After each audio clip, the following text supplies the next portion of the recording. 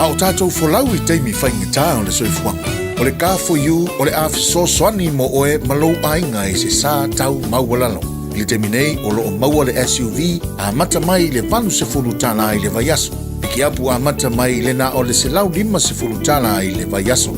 Ma tau te feso swani atu I te oe malau paketi. Se su mai loa, talia so se laisene, New Zealand po o Samoa, ia iai se ngaluenga tu mau.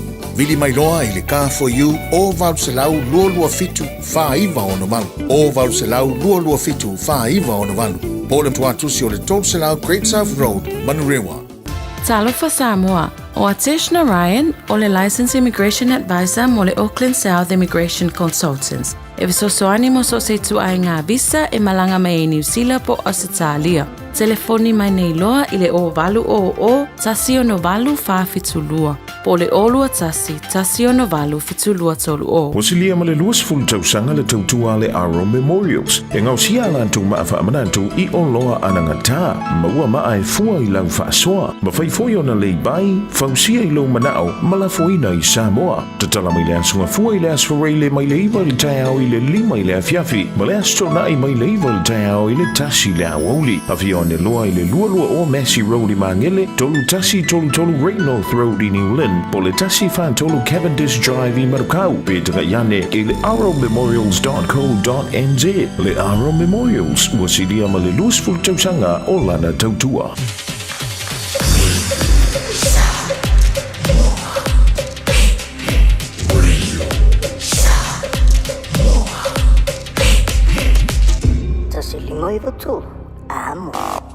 Hands on the line, Mac V, J hit, let's go. Hey, yeah, let's go with the music. Move on, throw it, hey, move on, hey, yeah. Tu mai le musica, le ausulu I malato tanai ulala. Le pesse fa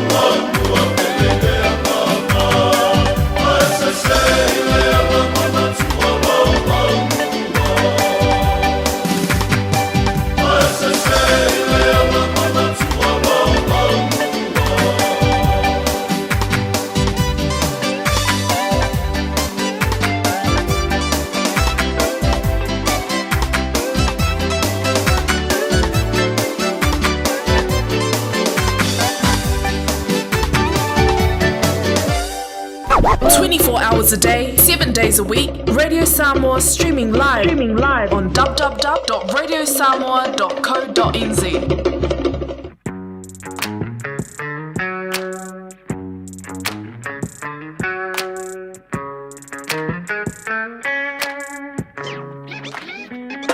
Awa eke aka ali ikama se ifai ya kuosi ya ukala. Awa eke lafi asau iluma faali mai okala luma. Ai maua lole ova asikama osolo ile sapelu male maa. Se Omo sai loko auke fia poko oanga ma aleki a polo. Esa ulava e ka falso sola le ai oso ai o ki polo e oi o se sifi ka fa magnifi se ua o balo ka kala kiki le mea konula le o ke fai a tuai hey pua i mai koso mai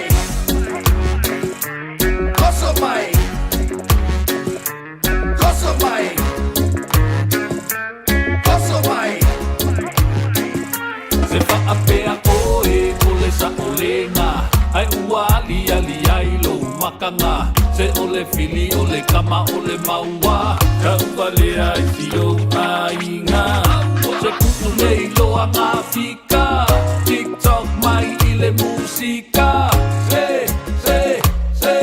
Omo sai loko auke fia poko oanga na aleki a polo esa ulava e ka falso sola le ai oso ai o ki polo e oi o se sifi ka fa magnifi se ua o balo ka kala kiki le mea konula le o ke fai a tuai hey pua i mai koso mai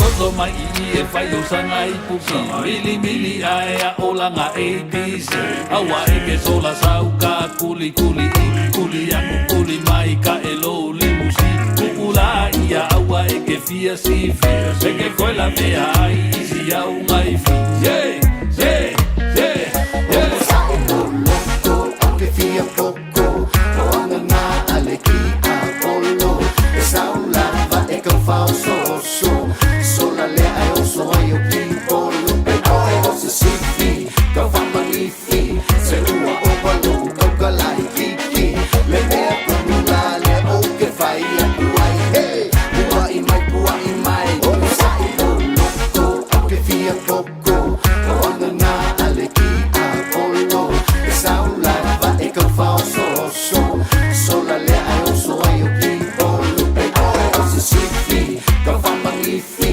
se ua o balo ka kala kiki le mea konula le o ke fai a tuai hey pua i mai Koso mai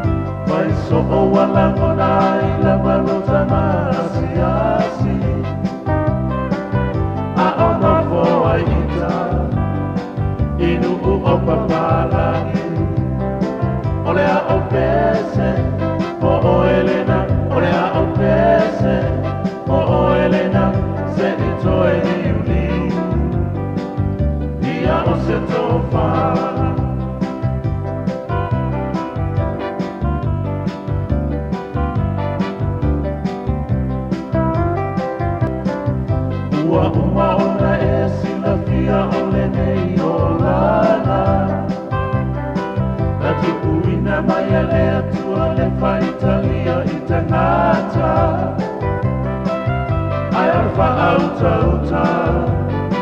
Pale ano whaia lava Maatu I whanua o malae o ngā mana puana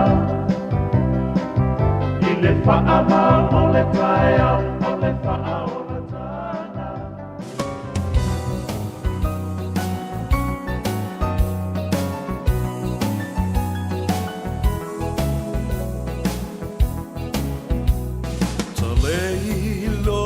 Fuafua lau wa umataua O olea le pungai Ua e whaapea mai ai O whea alofa maoni O le alofa e tau I le oti Tā alofa I o manatu O leo wa e tui alo ufatu E mana tua le amatanga Ia upu mau I loi mata Na e whai mai e le ai Se unga o la tā mafutanga Wa e loa nei leo langa Ma ua sui fo I olo uanganga O nei mau mea na o mana o iai Ua lelea uma I lea la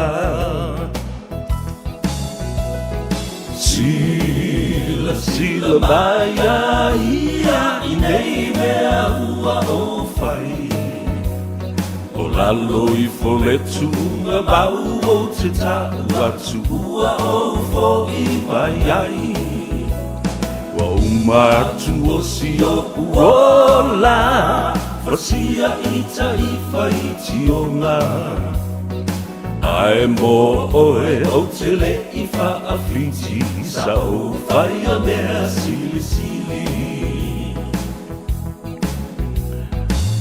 Ia, talofa lava le pa ia mawalunga o le whaafonga tā puai. Ia, mai se fo I le sila mai moa a le atunu I tawhai fio le lalolangi. Mai se fo I le dei atunu o ni sila wa vea mo tātou a inga lona lua. Ma loa fua ai lau ua maua. Sula fo I le lofa maleanga le lei o le atua I le dei tae fo. Wa fo ai lau soi fua mo lo uola. Wa tātou toe whiloa I ai le asos fuma le wha o Iuni. Lasto lai, lua fe lua sfulma le lima, ina ua afatonu lava le tu la sfulma le lua. Amalu luatu whai asi pisi o le wala mre poloka le tae nei. Ia, ono le tele o tangata whiwa. Te ropo le amea le ngwhe maasi a I fua ai le ngofo wha le whale o le ua. Aso malo lo le weekend. Ai ui o leo. Le anga e le ngā ngai fwoi whaiva o le tō tele. E o mātu ia. Aso malolo mele aso nga fua sa I o le aso nafi. Le ana nga e ai le la, e a mala usu le atunu, e a ona o vo le tau le whae le fiafi. Nga ifo ai le la, nga ifo I mawhaiva le atunu. Wa moe sa manuia lo vai aso. Wa moe sa le mea uma. O lau ngā luenga, o lau atinae, o mawhau nga whai bavale, po whenga whai I ai au ki whinga. Ya ma ua pupu solo ai mo le lau I lau savali ma lau yo lava las tonai relax yo ole relax lava fa matu mari mai fo le langona sa vesi ai le mafau fau ma le loto I fale le lava yaso tau te o ba ya tele mea tatu tele no fa so ya pe ona mai fo I Samoa ai mai se lava fo I le tulangolo iai ia le ngase o malo ia fa pe fo I male tatou fa amsinonga o lo fa nga solo nei interesting and some outcomes of yesterday's court case ia fa tu lo fo I pa ia masanyo le tunu ile ai se si se tautai e fangot sangole ngole iai ua lausi la fio sa mbo le atunu tofi le o se atunu utaliola ia wa uma le fatulanga matosi ma aisi mai ai le taise yo o le tuasivio maunga ia ua whaapena na whai. Wha talofa lama wha turou ni nei tae au i pa ia mamalu wha le malo, pa ia fo i mamalu wha le atunu, ia ai ia mawalunga sa vi inga le atua, e momoli hana au auna, ma tātou uma, e le nga au auna, pa ia ma le ainga sa le vi, tātou uma, tātou te si i le vi inga ma le whaaftai i le atua. I lona hanga le lei, ma lona alofa muti vale, tau muli pēr ia i tātou. Ia ai ua muli ma whaatele ngese mai lona tō sa. Ono a mi o lele ma, ufo, ia tātou uma. Ia, ta lolo pa i o le atunu. E ona tūlanga masadi ma tūlanga whaalupea mai maunga te tele se i o maunga iti. Ia, whapena fo i ona ao se i ona iu. Ia, ta oto atu le whatu ainga tausi e tū mō pule. O i tu au mala taua, ainga le tai ma le wa au fonti. Ia whapena fo i tamal manua tele ma tō o le whale ula, sua ma vai whanua fō mai tū langi. Ia sa ole masale au mua. Le tō o le whale ula, le la au nā mutasi. Ia ma le nofa ma pū, ia e te nane fō i le mamalu le whale anga fulu, ia te oe tū mua le motu. Tui la manua, ta lofa lava. Alolo soi fō manduia.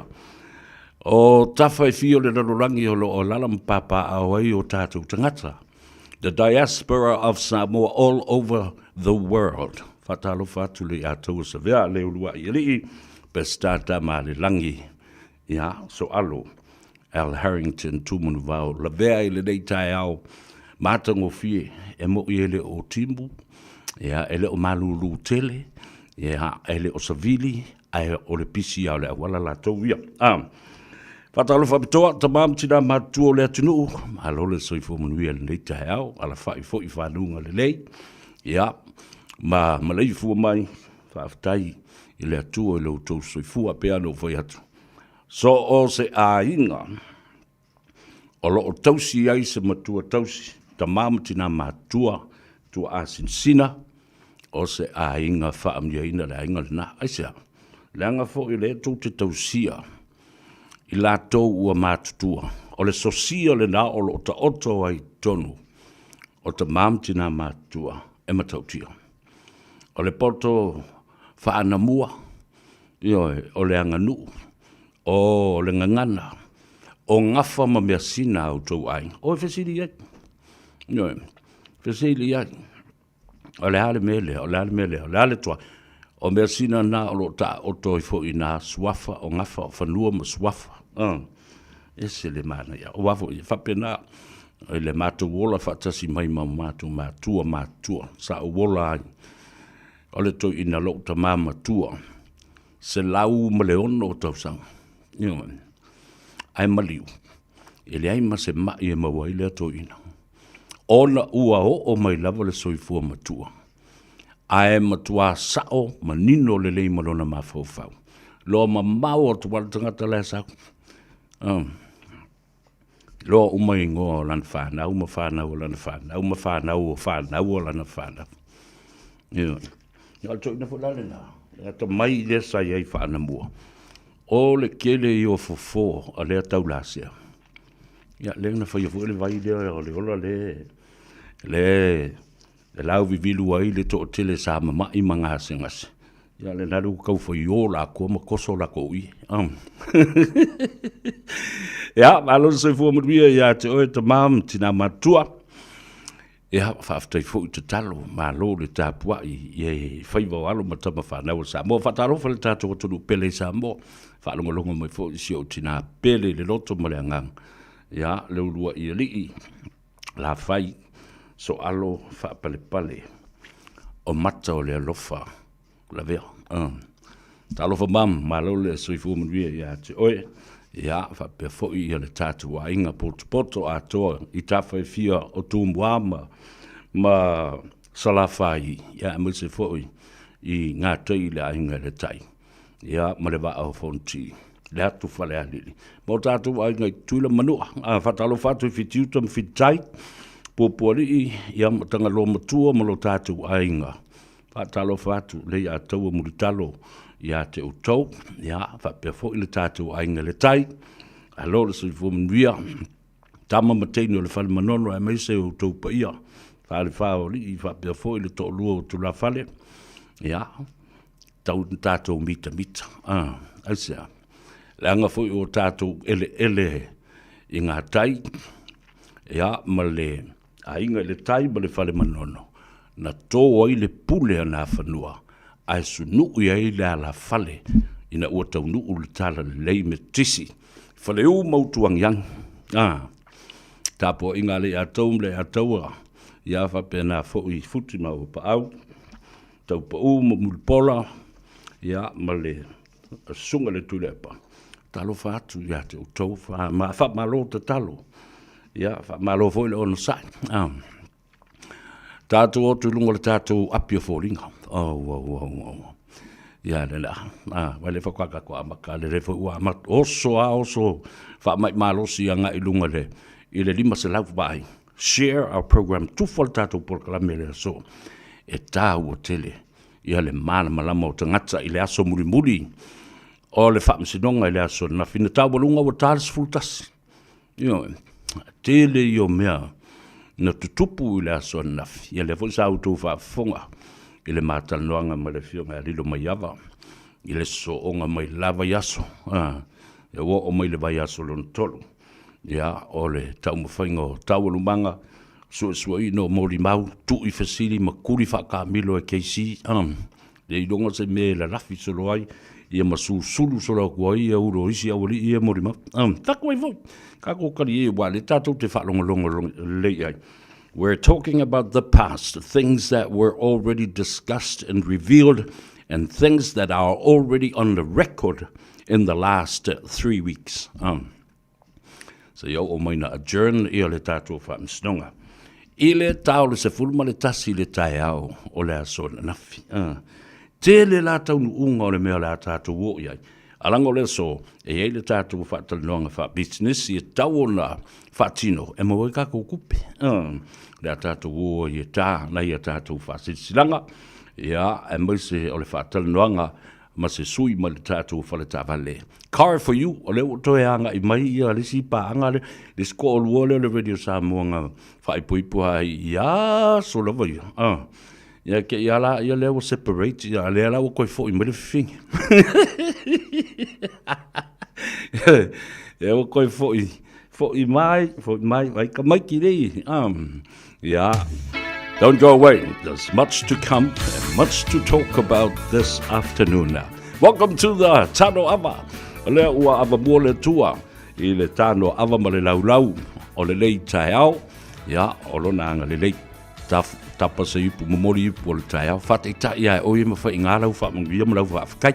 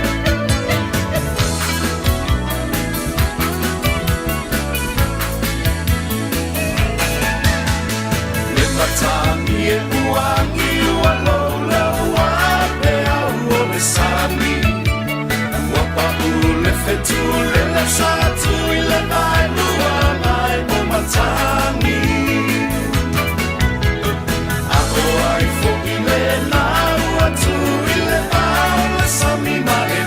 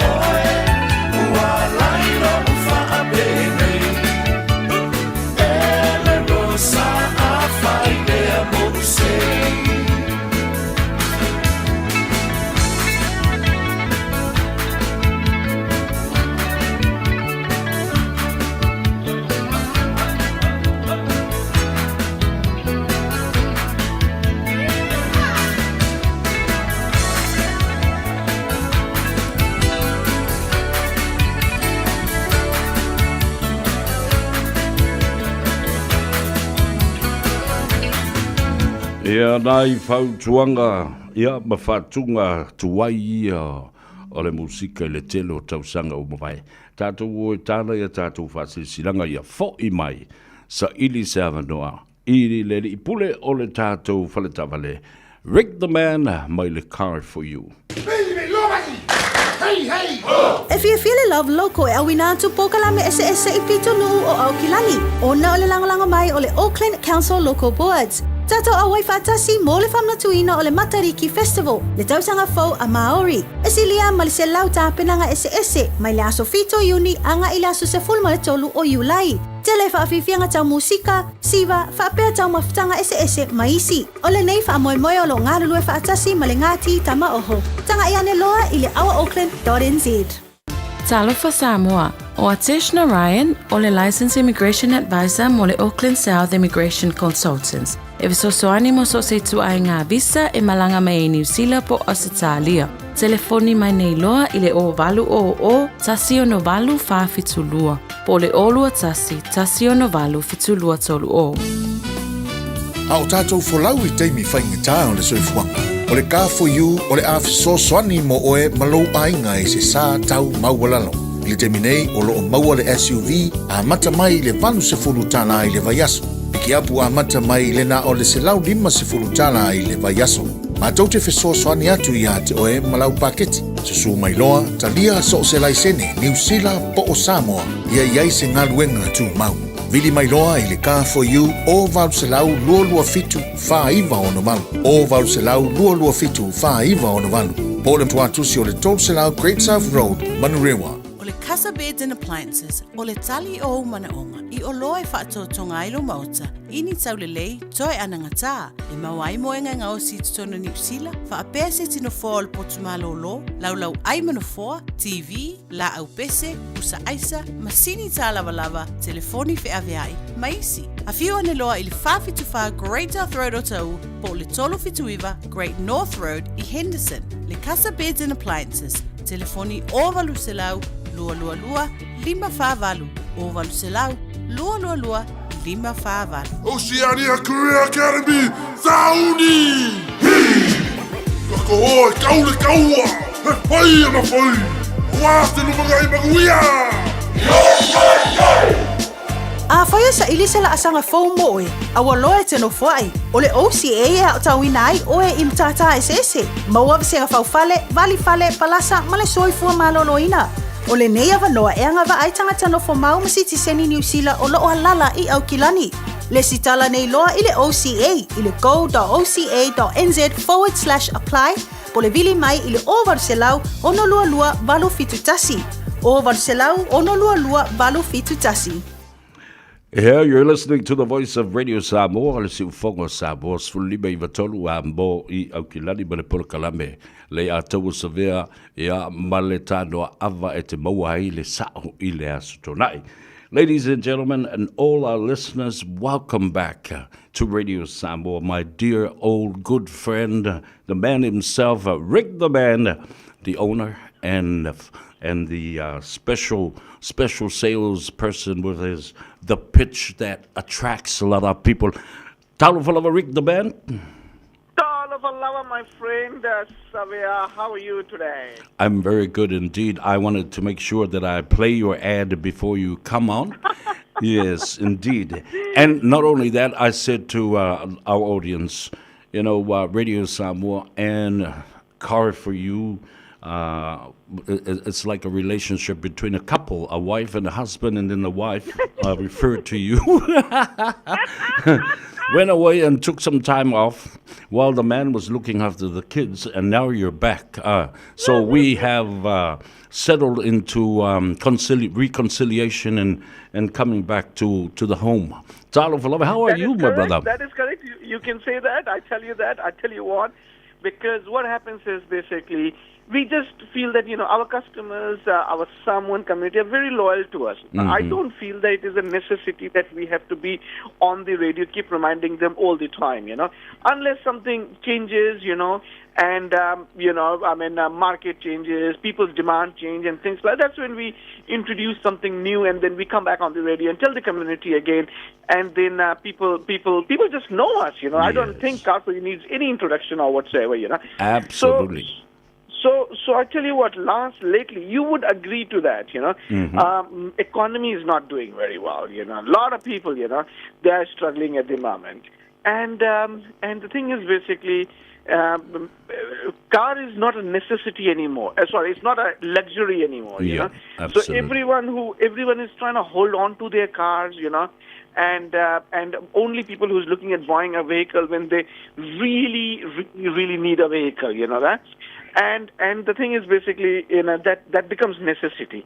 And when it comes to necessity, people are looking at spending as little as possible. They are looking at getting a vehicle for $80, $90, $70 per week, So that is why what we have done lately is we have tried to introduce that new thing in the system right now for our lovely customer, looking after their pocket. You can get an SUV starting from as little as $80 per week, which is amazing. It has never, ever happened before, from us. I mean, usually we would sell something more on a luxury side and more on a higher price bracket, and everybody has been doing that, because that is what people were looking for.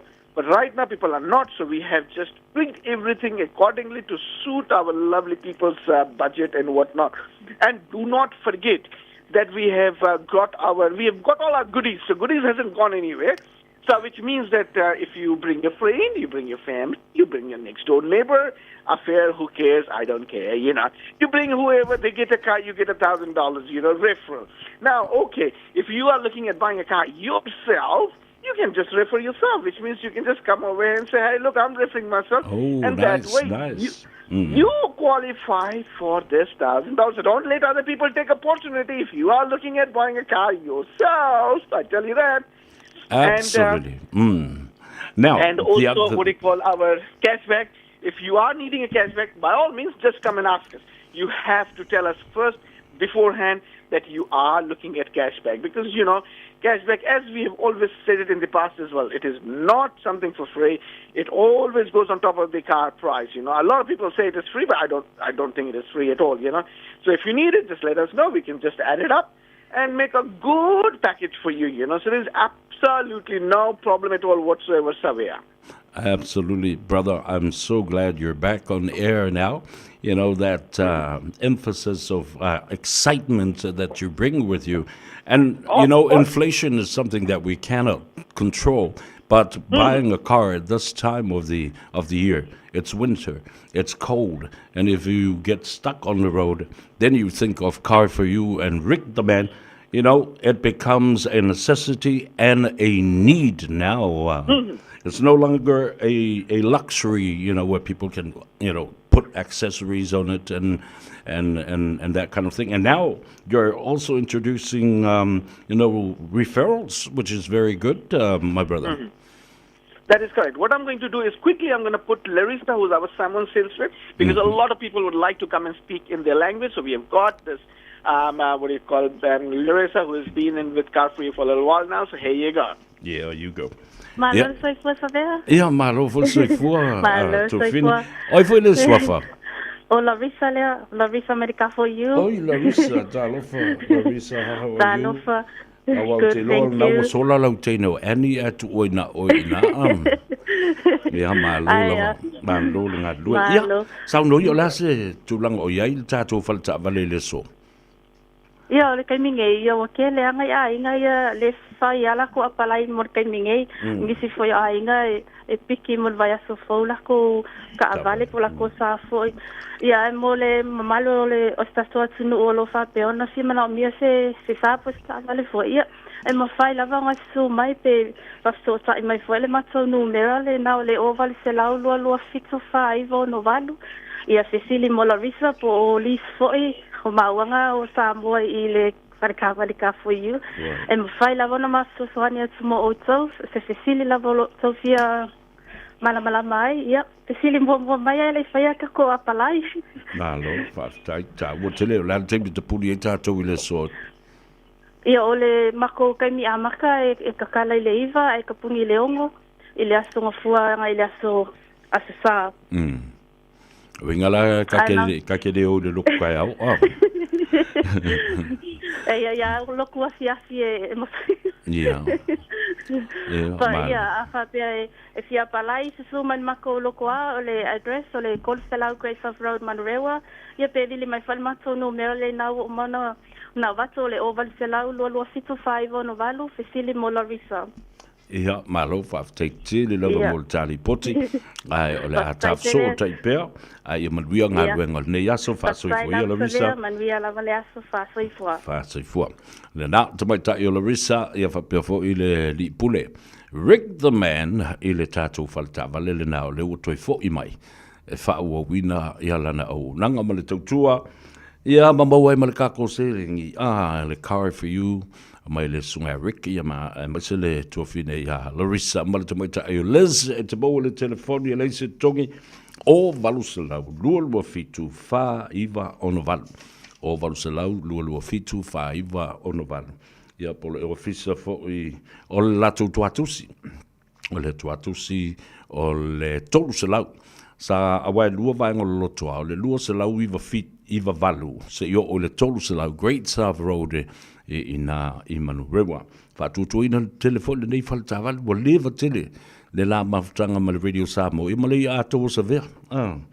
Ia, maua sta male, whātutu ina malelei I le teimi o le tau malulu, mo oe male a inga.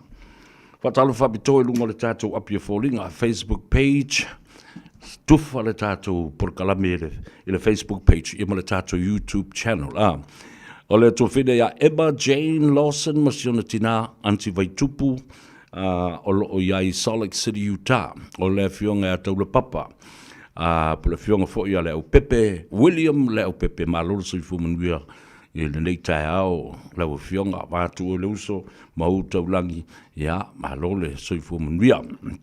Ai po whikauise kemika ki o Aiska Steak o le fionga ia Aiolo Potea, John Roach, I le Oats, ma le wharetua, ia ula Coletta Wire malolo se fo manuia ia fa pe fo I tu uma leu ma futa mai tu fale tato porkalame. There are lots of exciting stuff that I wanted to talk about.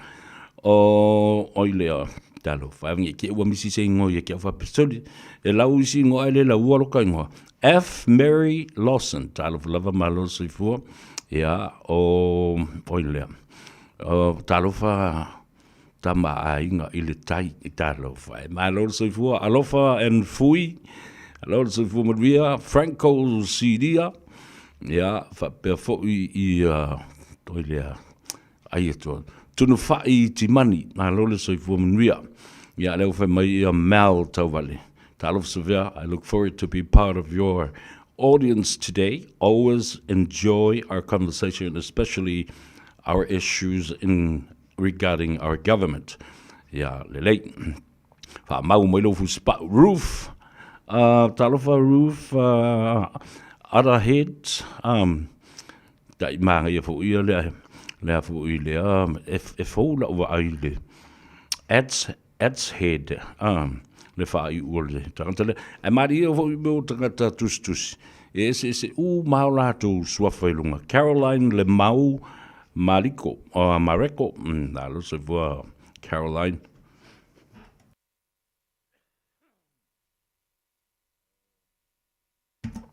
Well, it's there for Lole. Moss, Malo, from Australia, Franco Sidia, Daniel Emma, a feeling to Nico Bird. I'll also inform me a later out. So what I told you. Ma tufa le tātou porkalame, leanga e tāua. Au tau nai, anga ia tui nai o tahu.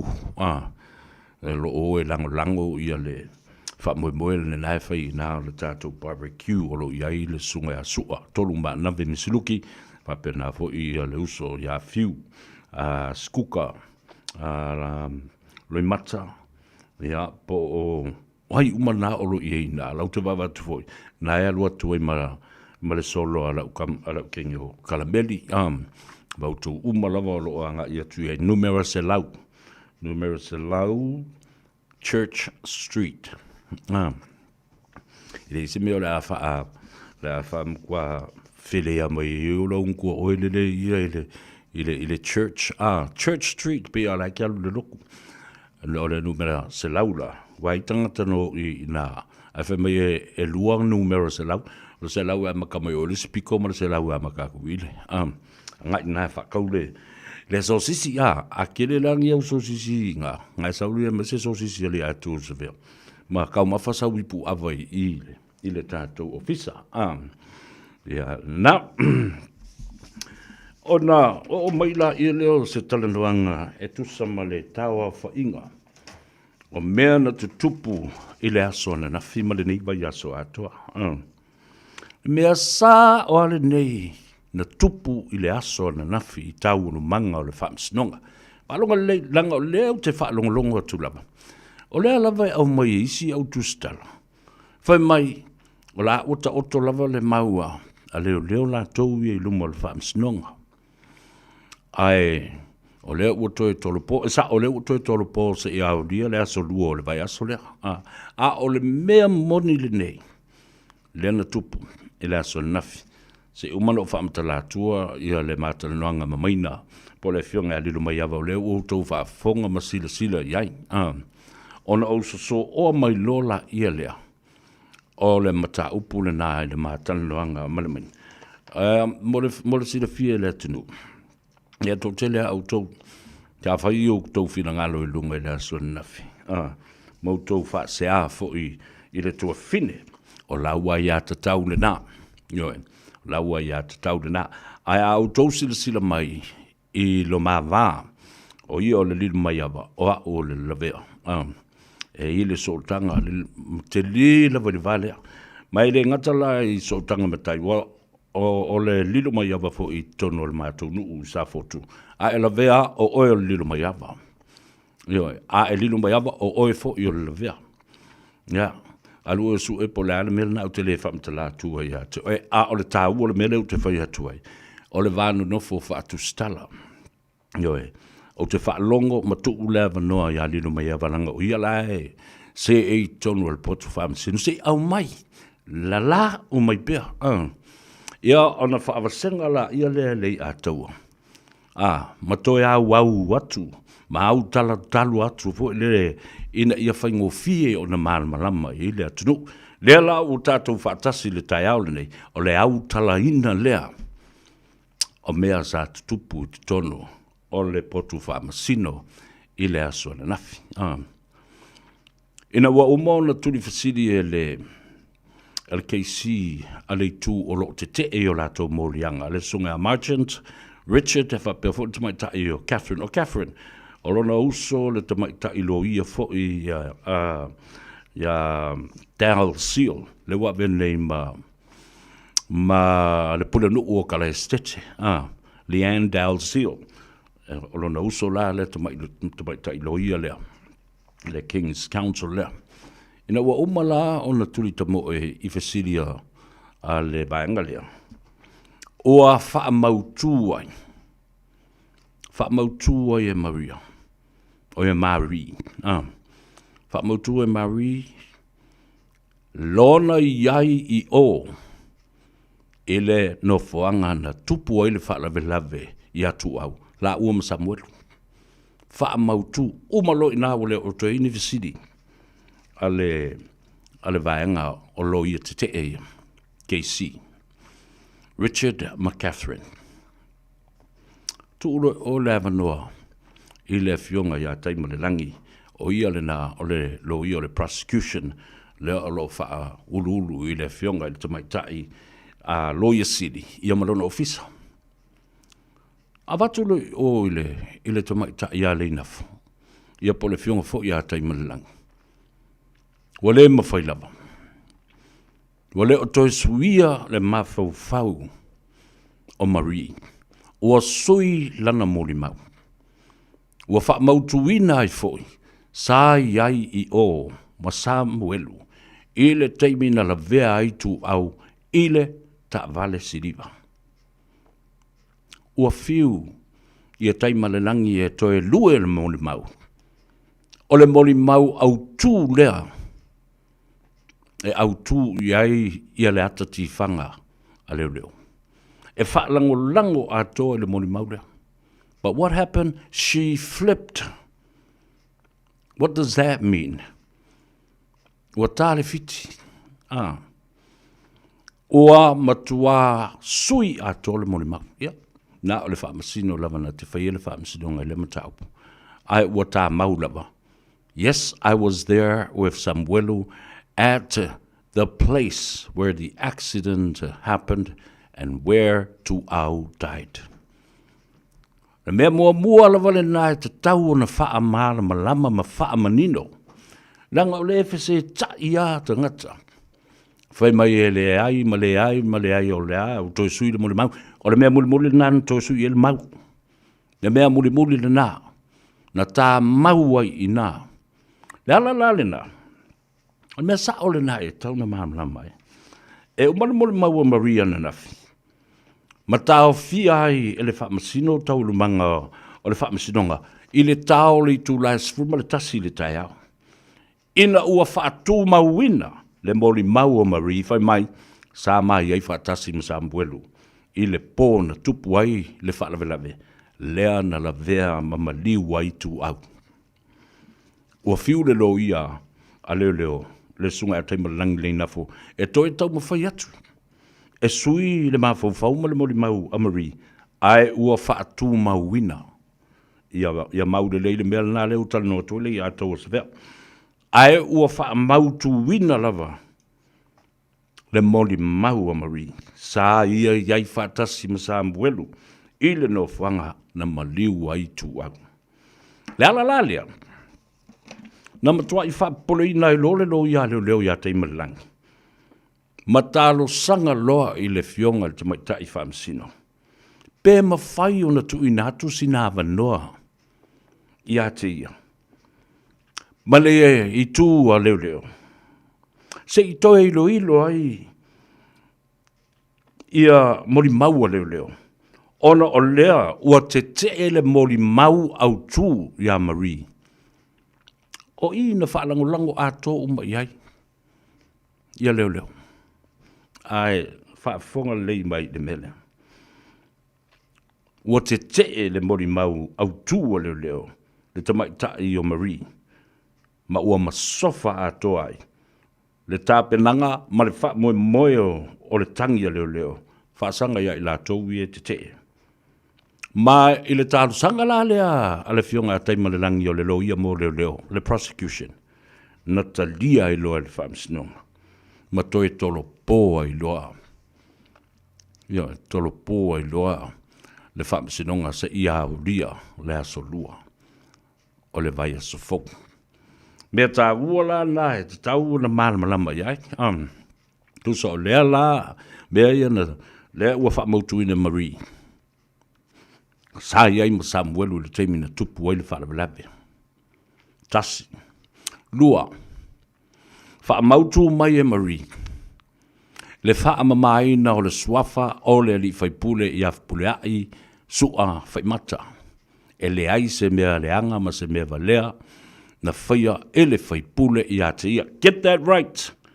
Because tele i o tala i e whai ai nei loa leo umanikiria mai le aso nafi. These are the facts of what happened yesterday.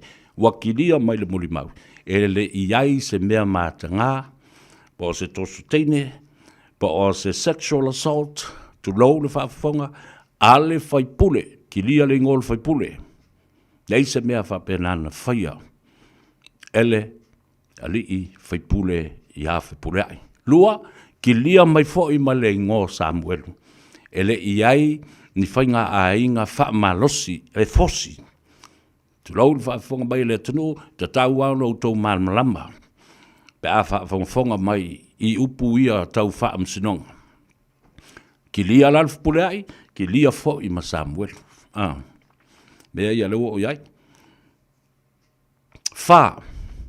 Ua wha mautu mai e Marie. le sui ina, male tau mawhai. Ioe, o leo na whaia lana moli mau. E tuu iai whaamatalanga ia i te tono lana moli mau, ae nate le i loa, ma whai tau, ma mala malama iai. Na ona saini lava o ia, i le moli mau leo. Get that? Did you get that? These are the outcomes, the facts that came out from her statement, so that to keep the record straight. It is so far, well, it's a mere polar I o malama lama le mele o tu like my ai. E peno fo yatu. Le wa talu, le taluanga mamina nafi. Fata si fo I maisia matu tu stalo. Ya mo fai so ta inga. Me la lena. Le o ta fi ai lo le vaanga le. It is dangerous and damaging and very disdained and damning for the police side. Ole matua masofa I ole mata upule I le tu ole leo. Yeah. Tu maule le Ioe Marie sai ai o kilia mai mafpule I le faipule kilia mai ma Samuelu mani fainga leanga a ua au I le afo I le mori mau Samuel fa maonia tala sa fai Samuel. Ia le la watalia nei ia le fautuanga mai le lo ia a leo.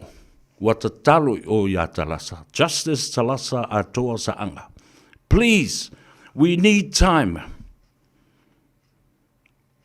O le ale taimi lea wata talo ia le lo ia. Tu mai sinava noa langa o lewa Filipi le. Le mori mau au tu. E ta tau ona mātou toe sa vali, ma leo e toe tilo I morianga ia, whaasanga ia Samuelu malona to lua ma le vaenga a toa le to ora. Ma toe whaatūlanga mai mori maua leo.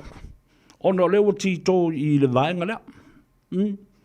Tauna manino malama ye. Ua se ese le mori mau au tū ma le wha moenga, ma le wha tuanga, o le lo ia, mō leo, ma leo, ma le manatu whapea, ae. Umaku komsinga, umatu makupai, umaku marisia wanga, o le si mori mau ma losi le atonu umai I ma le whamsinonga. Sorry wefa. Taunu unga na, and those are the real outcome facts of yesterday's adjourning until Tuesday next week. Me matau tia le nā, leo o tala ia te oe. Ai le mautal nanga maina. O la wata oto I o le maua leo. Wata oto tuai fo I ma le mau. Ale ta maitai o Marie. O le mea o te mana o ne wha mautu, o le mau Marie, ua le wha tuaina leo. Aisea. Ono lewa maua I o upu ia na tusi I lalo. E tua ia ai le wha malosi o le tamaitai o Marie. E le whaipule. Wha pēnā ma Samuelu e se. Na wha au popo lava e leo ia. I le taimi na tusi ai le tala. Oi la leo ia. E tele tangata I. Tele tangata I ta ua I le suesuenga. Pei o e nifa, e lia, tupai, salele, wha pia fo I mato masi. Ioi. A whela lisi tangata le ngoe e le mia lele isau. O whawhonga maila, o le mea la le na. Lea la ua tu uawa noa I lo le fionga I le whamasino. I le lo ia, le prosecution, taima le langi, mō leo. A le la ua mai nei. O le ao e toi tilo I morianga. Whaasanga ia Samuelu ma le lato vaenga. Toi tilo la ia lea ma whaatūlanga mai ia nisi moli mau. Alo whalong toi to lua moli mau ia la tū mai leso, baso fau. O le li I leo o tau ofe whapena foi le sunga li monki. Mana ia tele moli mau ia le ao mai. O lola ia lea, I le aso lua. O le a fai mai. O le upu le wha ngā filter, o le nui ngā fili mai. Ma le upu consent. E fili mai le loto 48 ma le malienga alo ia o le keisi o lo te te. A o lo tutu mo le vaenga lea o lo molia. So get that right. Ia ona sa o fula ia leo mawhawhanga. Awa le ta ina se. Leo o tala no atu I mea le tupu tonu I. Langa umana whaalau tele mai. E isi tustala si nia. O lo mātou whasotai. Nena. O le mea tā ua le na. O le si la vaenga tā ua. Nono winga e ono iai ni mōlianga e ave ese. Pe ave ese a toa. Scenario na. Tau tilo iai. Nanga leo baba i atu ia le lo ia leo. Ai ua pākalu le mea. The main witness that they relied on has now flipped, and the whole case is turning upside down. The narrative has also shifted now. O le tala ma le story, lea ua mata ona li liu, ma peye fo linga o le a whaatutu mai I le tua leo. Yep. Se va ainga lau tele le na. A o le tutu mai lau isi mori mau ia le a fili mai I ma whaatulanga atu e le tua leo. E te tau ona malie fo iai lo ia a QC ma le KC o le tutu mo le vanga o mo lia ma te e mo lianga. O le tau pule ma le whawhawina o ni whainga whaasori tu la whono e li liu ai ia le taunu unga o se mea ina ia tuwai stangata. Conspiracy to fabricate evidence and falsifying the courts. Ma whapena o na avei ia le se whaasia istangata. Ale mea le na. Ale mea le o tula I mai I le vaai mamau. Wa a fia fo I le tua leo. I le mata upu.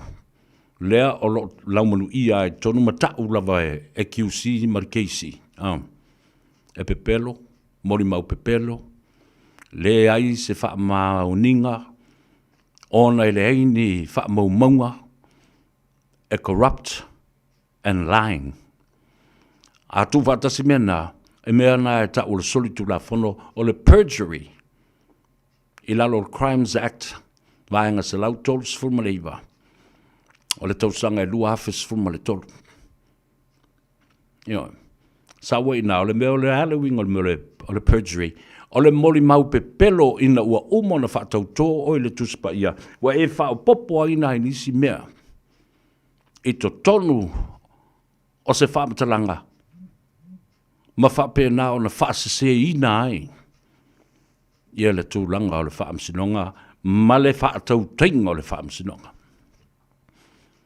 Ja la fu sa wila. E sa we mai fa salanga. Tol tau sang. Ele lunga tu le lima tau sang. E fal pui el sanga ta lo kang bala. Yo. Me ala na le o fa tu nei tau na ta tu no fo mal lamba yai. Au wala va to ye se swing o se mafo fo le bele. Ma le o uma. Tolu statements of Tina Marie. Tete ele statement, tete ele si statement alelo wo o mai loa. Ile tai muri. Tete elo. Tete e mautu loa na. Yo. Na iai I o masam buelu. Ile mea na tupu o ile whaalavelame. Ia, ka ko ngofo la ia. Se o mai la isi mori mau ia.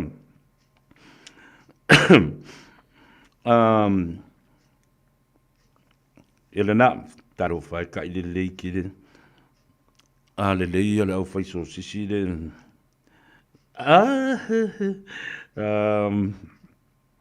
se I va yatu nai ia le lei ia a fio mai lo fio ngato yata O le atatala atu le whaituto o ia te oe mai sau e markaso sis. Au ne ngaru ia te oe, se lau Church Street, 100 Church Street, i nai o tahuhu nai o tumutu, mo tu le te wawa ia te, ko ka se tumu. Ia lava rin ko so sisi, mistakes ali a few masua.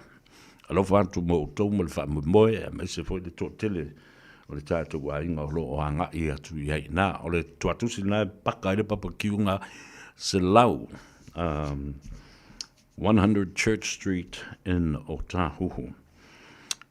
Bela lale nā, ne ua umai ne le wha msinonga le tau le tu la sfuma le tasi le tai awa na fita apelo. Ne ala o tu i le aso lua, o le vai aso fau. A le ua mai, o le mori mau o tau ofe, ma le mori mau a limongi. E wha au wau i le vai aso fau. Interesting la tau ia. Wa mana tua le o tātou wo o nei mata upu le wa umona mention on the record. O povi. O le o tau nui povi, mana tua la le la tala nei po o aina wha tau mai povi. A au e fia se tupe na wha tau i povi, a o whiana au mai ei nā tupe. Lea o tātou wo o la i povi ma tupe na wha tau i povi, tātou wo o loa i le whana. Ta upu la walunga ia lea la ua whai mai fo i wae le mawhai a, ona leo so whai ia. E leo. Oi e o so whai ia, e keisizia, le mata upu la lea conspiracy to commit murder. Ina ia whasiotia, matangata baleina le sunga ia la uli, whapena fo i le sunga ia olo. Toi o whalo fo i la ia le mata upu, o le search warrant lena tusia, matape na ina le aso lima o le masino me. Na o i sue ia o i le whalo limongi, ai maua i ai le whana le ta ua neo le 45 Colt pistol. Le whana lava le tas, lea na tilo i ai Samuel. A le fasili le tula mai, la le mea nala ina le ave e sea mai la, e leo le whana lava lea, mai le teimi mua, na sue ai, le fale o limongi ai mo e le whana lea. Why didn't they uplift the gun from there? And this kind of gun, of weapon, is not allowed in Samoa to be licensed or to be carried or in possession of anybody in Samoa. It's a dangerous weapon.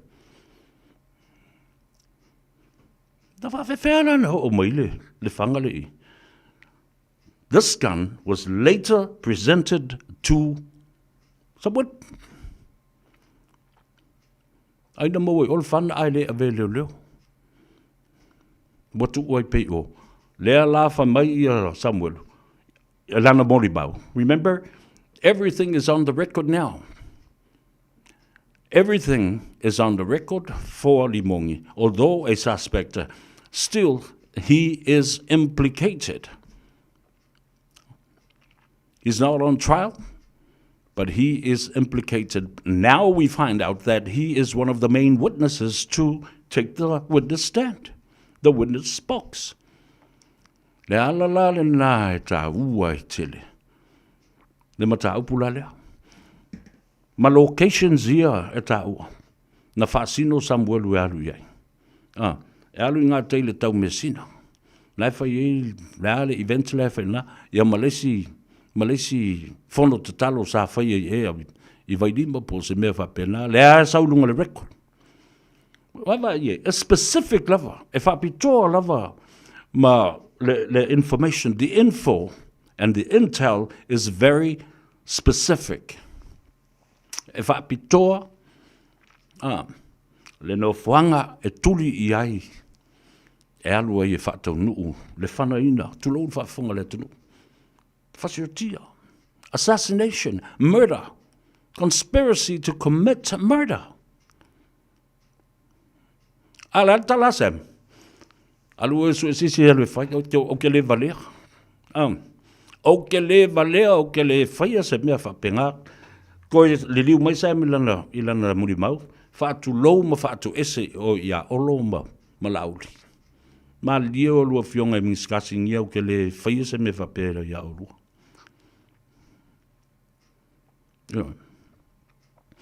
Mea langa le ia so o mai loa. Le povi, le whana, tupe. Financial side of this case. Where did Samwelu get the money from? How much money? And what was the money for? What was the purpose of giving you so much money? A $9,000 is mentioned, a $5,000 is mentioned, a $300 is mentioned. Where did the money come from? Who gave you the money? And what is the money for? Oi lana wa tulu pe atu. Ala mo kile ngi kupe wa ma. La le mafua anga. E ei se mea. Wala yo na tongi tupe le tamale. A fongala ye le ngo mea. Talusia. Awane I fa mutaina fa for sei. Fa tope tope. Ia le tulanga o le whaanga solonga o le whaamsinonga. Ai ia nga I pe fili mai mori mauia. Le mana o ia le keisi malo ia le tua Samuelo. E whaatu tū I luma le. Whaatu tū I luma o le pusa mori mau. The witness box. Amazing. Yes, of course, everybody wants to see that and wants to, sort of take what is important about this case. Nāle mea nāle iuna mafua uma nei mau mea o te tupu mai. Mafua medication nei. Tā uole nai le whaafonga a lea tunu. O le pō le refer I ele mori mau Marie. O le waweao. O le pō waweao. O le aso luas fuma le tasi o aperila. Marie said, confirmation, I was there with Samwelu the night Tu'au was killed. Yeah.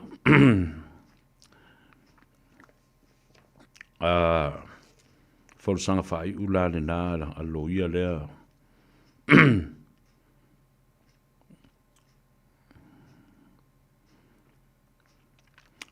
E uai. Ka toi fo. O whalusanga whai u pe a uma mai ni mori mau o lo o iai, o lo mana o mia e te tau o na whaatulai. Mawhasiringia. Langa a fia I le whana o le povi, o povi, ia whapenafo I ma te tupe. Ma le kupe nga whai e mangi fo si vai la kou ia. Engalo ya o kou maka kou ia. Ia fo. Ia mea ka I 500 le nga whai ingi fo si vai. Wepe 500 I 500 is pito. Awai o ia ia. You tita moa sili talo falava malo se fumria. Emma Jane Lawson talo falava. Ia va pe fo ia. Fe mai ia. Oi tanta leu te va ia tu I malana komeni. Loli a silata talo fa. Le atou talofa manga I le polkalambe. Le yaso ia whaftai le ma o le ua outu lau ele mai I Samoa. Ai o le a la ele tonu o nei pensiona a tangata mātutua uso. O le nei ua maua o mātou sitseni. A tangata mātutua. O le nei ua maua sitseni ale nei lava ele loa le mea ole a tupu ai. Do they have to travel to New Zealand to get paid? Talking about the pension, just need to clarify that. Ole numera I Samboa.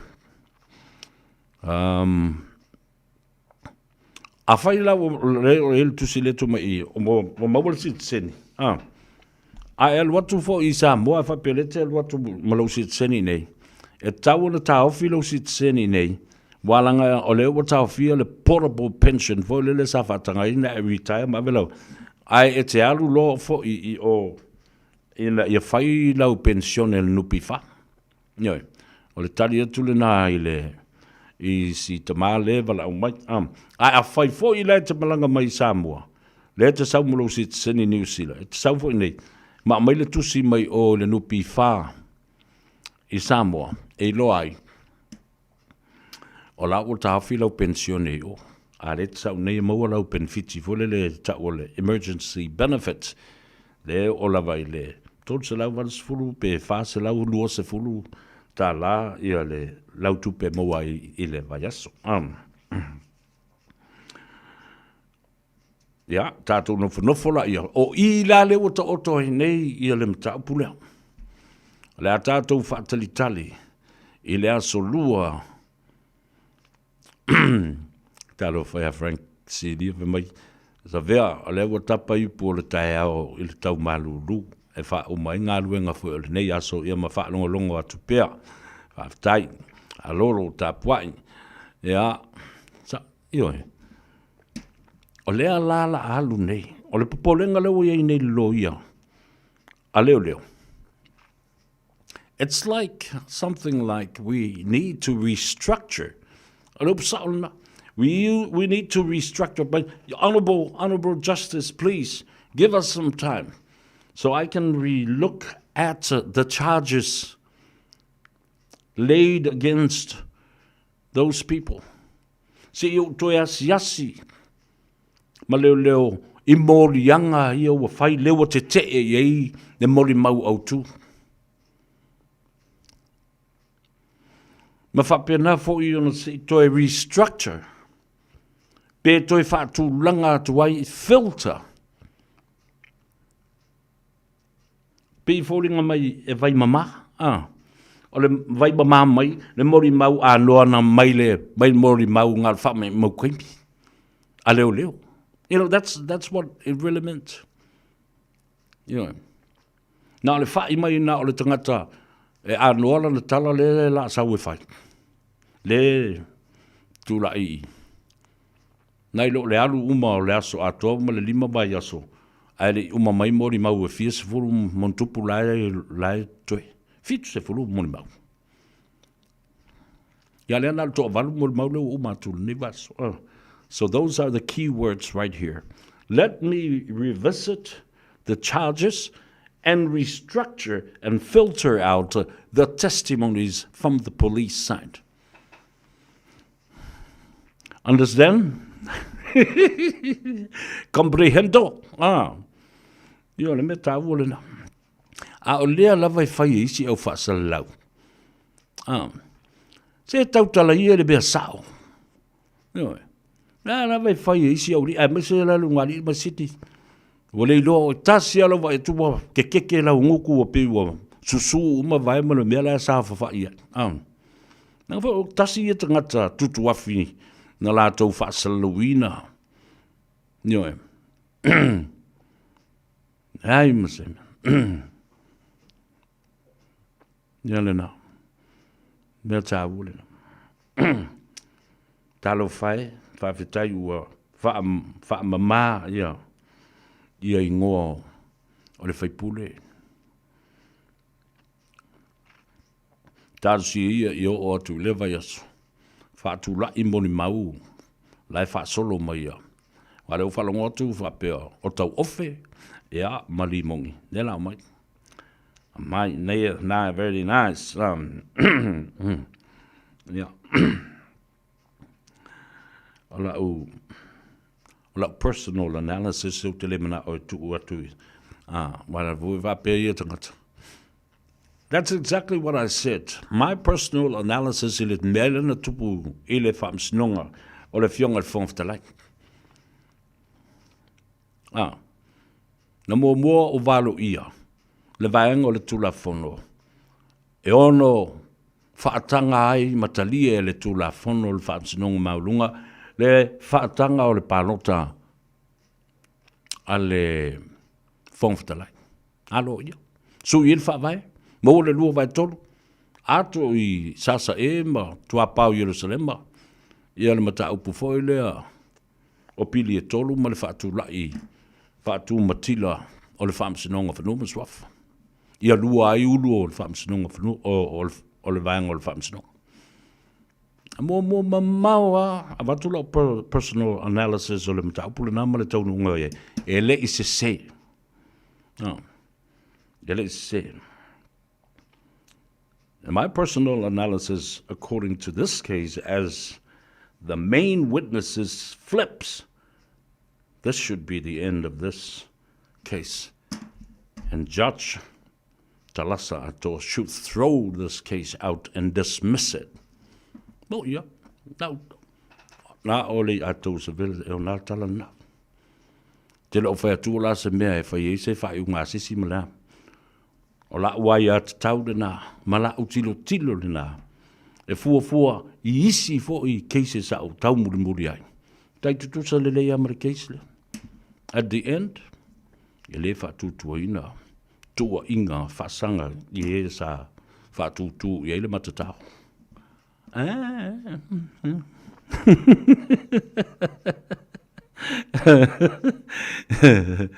Ah, se so sisi foi so le mai o ya filma.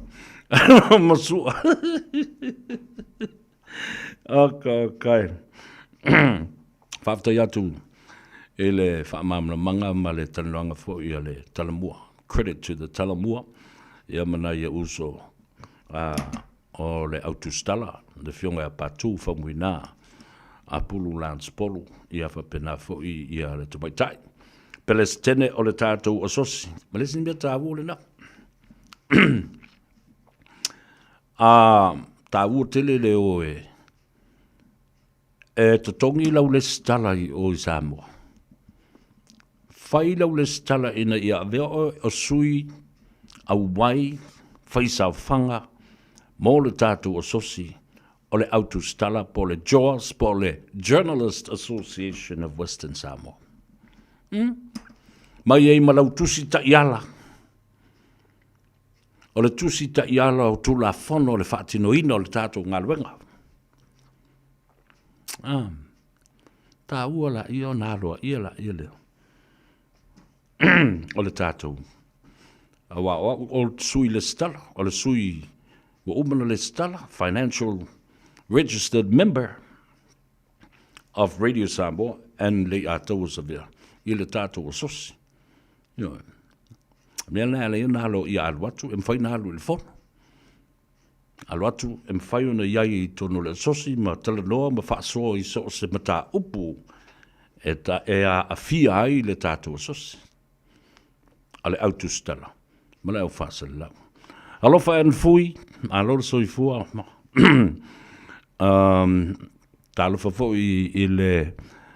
Jacinta Sevet, alofa, Ravina Matoptia, Mauto, Mala Kaku Carpes, I said, what will I Maila Kalea, if I go at Maile, Le Apostle Sisi, now I'll make my oil too.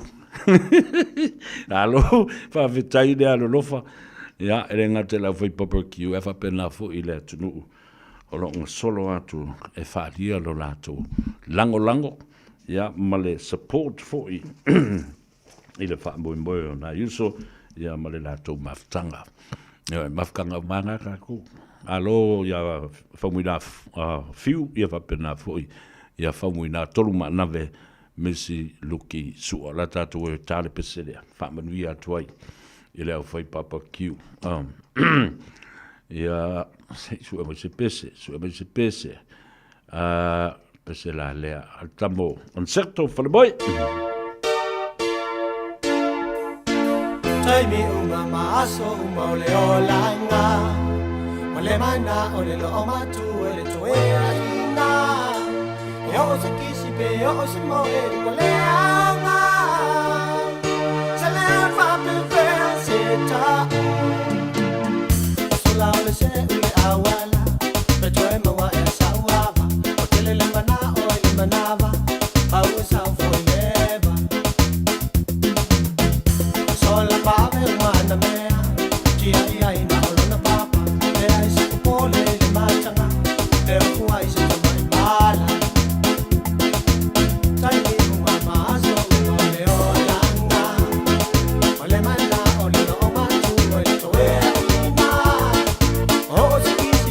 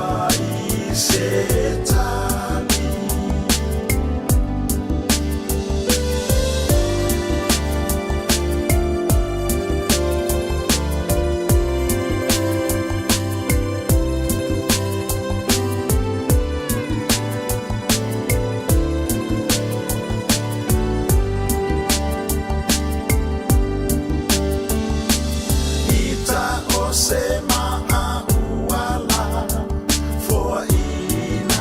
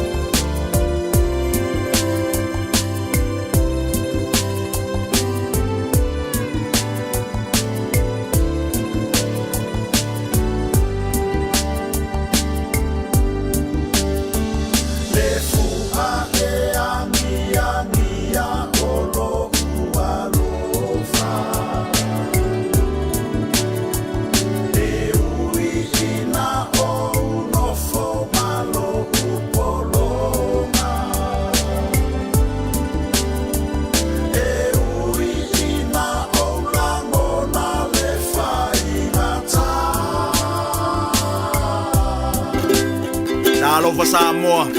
Wa ule nei o kaspitialu, a wale suia ngila wa ule kio. A eva mai ina se fudu lima iva kolu. Radio Samoa, Vivela Alo e whafonga le tautua mo o le si ufongo Samoa, le Radio Samoa, sfu lima iwa tolu, a mo I au kilani ma le a tau sa vea. Sa yuli ile nei fo I au uli o le a so to dai. Ua to e sfu ma le tasi minute o na tale o le itu lae lua. Tale itu lae lua, o le tātou malo wha aloa longia, o se sui wha orioli, mo le whainga palonta Samoa, lua whelua sfu ma le ono, a lea ua au mai nei I le lua whelua sfu ma lima I le aso lufa o au kuso. Ia. Voi tole a foa masina mua, seina fulava, pe a fo I mai.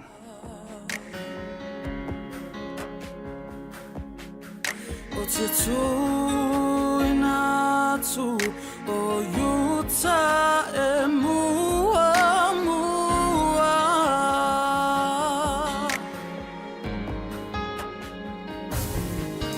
O lovi e ta e leolo nei loto.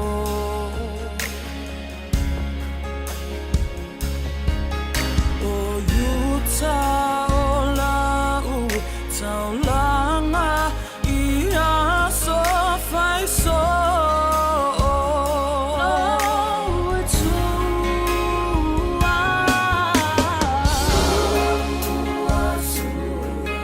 o lou lea vi inga. O te tu ina tu. O te tu ina tu. O yuta e mua mua. O lovinga. O lovinga. Mai eta e lelo nei loto.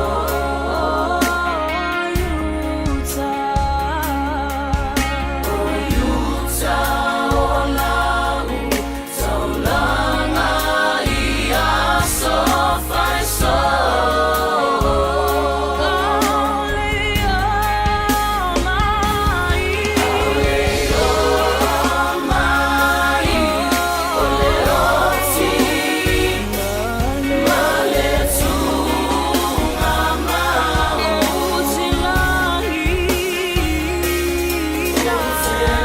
If you feel in love loco e awina tu pokala me ese I pito nuu o au kilani. Ona ole lango mai ole Auckland Council Local Boards. Tato a wai fatasi mo le famna tuina o le Matariki Festival. Le tausanga fau a Maori. Esi lia ma le se lau tāpenanga ese mai le aso fito iuni anga ila aso se fulma le tolu o Iulai. Tele fa afifianga tau musika, siva, fa apea tau mafutanga ese maisi. Ole nei fa amoe moe o lo ngā lulue fa atasi ma le ngāti tama oho. Tanga iane loa I le awaauckland.nz. Talofa Samoa, o Atish Narayan, o le Licensed Immigration Advisor mo le Auckland South Immigration Consultants. E visosoani mo so se tu ai ngā visa e malanga mai New Zealand po Australia. Telefoni mai nei loa I le o valu o tasi o no valu fa fitulua. Po le olua tasi o no valu fitulua tolu o. O fia maua sau ta vale po sau piki apu. Ai tong I ta iwa yaso, lua va yaso. Pe ta imasina, o le sleek cars o le a maua ai le fisosoani. Ua ta pena le au whainga luenga a le sleek cars mo oe malo a inga. Aua e te popole I se mea e tasi. Te tala fitu aso, mai le sifulu I le tai au, angai le afo le ono le afi. Tele la lai au kilani I saute, vili mai loa I le o lua tasi fa, fitu lua selau. Po le o lua o, fa lima, tasi lima tasi. O I sauni malanga I Samoa, mana tua loa le mana rentals, e maua so se taavale e te fili mai ai, e tusa ai malau manao, e mawhaiona piki le taavale I le malewa lele I whaleolo po o whangalii, whapealo tātou ofisa au tui ala fua, pe mawoli atu fo I le whaletali malo o loo e whamautu ai ngā whaabitoa, lo i le tātou insurance cover e te fili mai ai, ina rei tupu se whalewelawe ai o loo iai le puipuinga, mana tua lo i le tātou account I New Zealand, pe lafo sa fo I le mana rentals e whaaonga ai le Pacific Easy pe whaonga fo i lau credit card e whaatiro ai le tongi no lo sa. Mo nisi whaamtalanga wala au le Pacific Easy i le ovalu se lau o tasi ono. Po numera masani au kilani o le lua fitu ono fitu iwa fitu wha. Po le lua fitu ono fitu iwa valu wha. Matalo sanga e transfer o e i le moana. Pe asiasiane i le Facebook a le Moana Rentals po le tanto upenga te wha ilangi o le moanarentals.com. Moana Rentals o laupaanga e taitoloina oe a oe malanga asiasi i Samoa. O le ago nanga le sebe mawai o lo ananga tae peo TV, speaker JBL, telefoni Samsung, moenga Sleepwell, City no 4, pusa aisa ma o loya o ngā i leo mukuka. Maua foi o lotu aisa, vai tau mawha maisi. Tutongi i nei New Zealand e piki alo ai ngai Samoa. Whausota i mai le Facebook po le Instagram a le Sapa Pia Samoa, pe emaili mai i le buy@sab.ws. Sab, lau fale o loa numero tasi i Samoa. Whaafonga mai atina matamaita i tutoa, ma malolosi o le Pasifika, wa la tau lavea ina lalangi. Whaftai moa o tau ngaluenga lelei uma, wa whaia mo a inga, matangata lautele. Ae pe tai, tu salava pe tutoa ma malolosi tina matamaita. E la tau te mo mia lava, una whaia la tau siaki whafoma. A whai ua fast full 5, le onos fuluiva tausanga le matua o lo soifua. Whaatonu nei loa so wavanoa siaki fua ai o susu, mo le siaki ina, pe ua afia i le kānesa o susu. I le pressed, screen, Aotearoa. Wala awane i le numera. Oval se lau, lua fitu o, lua o. Awa, o le whaia o le siaki mawha ata o susu i le aso. E lavea ina ai o tou, moa tai au. A o tātou folau i teimi whaingatā o le soifuanga. O le ka for you, o le awhiso swani mo oe malou ainga i se sā tau maualalo. I le teimi nei o loo maua le SUV a mata mai le vanu se fulutana i le vaiaso. Piki apu a mata mai le na o le se lau 5 se fulutana i le vaiaso. Ma tau te wheso swani atu i a te oe malau paketi. Susu mai loa, talia so se laisene, New Zealand po o Samoa, ia iai se ngaluenga tu mau. Vili mai loa i le Car for You o vau se lau lua fitu wha iwa ono valu. O vau se lau lua fitu wha iwa ono valu. Pōlem tua tusi o le tol se lau Great South Road, Manurewa. Oceania Career Academy, Sauni! Kako oi, kaule kaua! He whai ana whai! Wāste lumaga i maguia! A whaia sa ili se la asanga fau moe, a waloe te no whai. O le OCA e au tau ina ai oe i mtata ese. Maua visenga fau fale, vali fale, palasa, male soifua malolo ina. O le nei avanoa e anga wa aitanga tano fo mau masiti seni New Zealand o loo halala i au kilani. Le sitala nei loa i le OCA, i le go.oca.nz/apply, po le vili mai i le o varselau ono lua valu fitu tasi. O varselau ono lua valu fitu tasi. Talofa Samoa, o Ateshna Ryan, o le Licensed Immigration Advisor mo le Auckland South Immigration Consultants. E visosoani mo so se tu ai ngā visa e malanga mai e New Zealand po Australia. Telefoni mai nei loa i le o valu o tasi o no valu wha fitulua. Po le o lua tasi o no valu fitulua tolu o.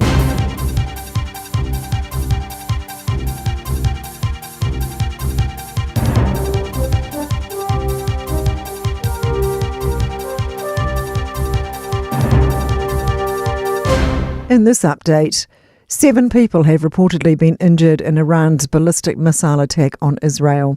It follows a fresh wave of deadly Israeli attacks targeting military and nuclear sites in Iran. Iran's supreme leader says Israel has initiated a, quote, war, and Tehran will not allow it to conduct what he's described as hit-and-run attacks without grave consequences. The BBC's Ione Wells says explosions are being heard in Tel Aviv and Jerusalem. It's not clear whether these explosions are the sounds of missiles hitting the ground or hitting targets here in Israel, or whether they are the sound of them being intercepted. Israeli citizens have been ordered to go to bomb shelters as smoke is seen over the skies of Tel Aviv. The UN Security Council is now meeting over the Israel-Iran attacks.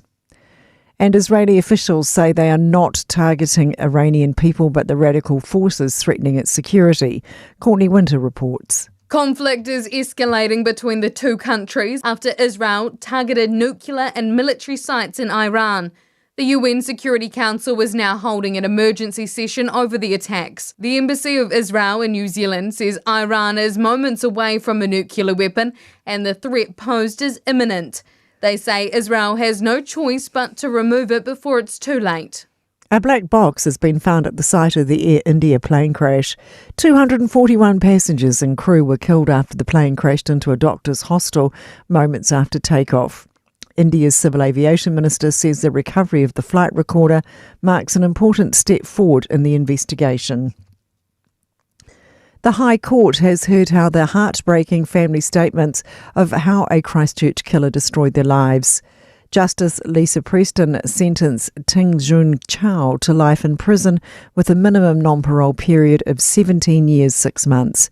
He murdered real estate agent Yamfei Bao in Christchurch in 2023. That's news. In sport, two-time Rugby World Cup winning All Black Sonny Bill Williams has stopped short of labelling Paul Gallen racist after claiming the Aussie thinks he's above Polynesians.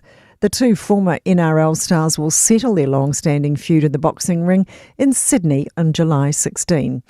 Williams has been asked if Gallen has a racist attitude. I'm not sure. I just think that's his mindset. You're not going to get me coming out with a big line like that, sis, but that's just his mindset. You know, and that's the facts. He's actually come out and said that about me, so that's how I see it. Play has officially been suspended for the day at the US Golf Open Major at Oakmont due to dangerous weather and darkness. 13 players did not complete their second rounds. American Sam Burns lead by 1 shot on 3 under par.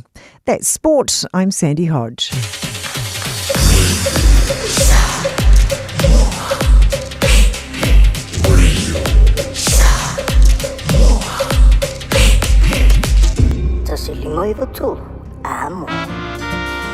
O e whawhonga le tautua mo oil siu whongo Samoa, le radio Samoa, sulu lima i watolu a moia kilani. Tawalunga tuai matatou tala i vai whanua i le ngangana Peretania. Ia o nafi lea na utou whawhonga i o whasalau i natu. Ia le maali leo i sala elu i le atunu o Iran. Lea na oso i lo ma leo whainga na fia i sara elu. Ma pomu whaasolo atoa ai ia vaenga o le taulanga. Ia la. O leo whaatetele le tai au nei. Ia to tele i latou o maali liwai. Ia tātou talo o wa epei o le taua lea mai tonu o sae tu tonu. I le vau Israelu le toi fia fo i Palestina ma claim mai le Gaza Strip. Le stamai no fo anga. Alanga o i le tali tonu e Israelu. Le mawaenga na whaia le lātou tamao apela ambo. Ia ma le atua. Ia i le tae au ma le aso e toi wha poto i nai whanau a inga sfulma le lua o Israelu. O le ele lea i kanana. I Gaza Strip. Ia po o Palestina. O le no fuanga lea. O le awha ma popo uma i ai tu a inga sfulma le lua o Israelu. Ia ai tau nu uma lo fo i mala umalo. O le uso to tino tu ofe e le nganga ma le fatu. E la ngona ile nganga fa taipeo na o failo le fungatia. O le so se tasi o sui tau va ua fa olioli le tofi fai pule lona i tu malo fa sa le anga. Numera limba.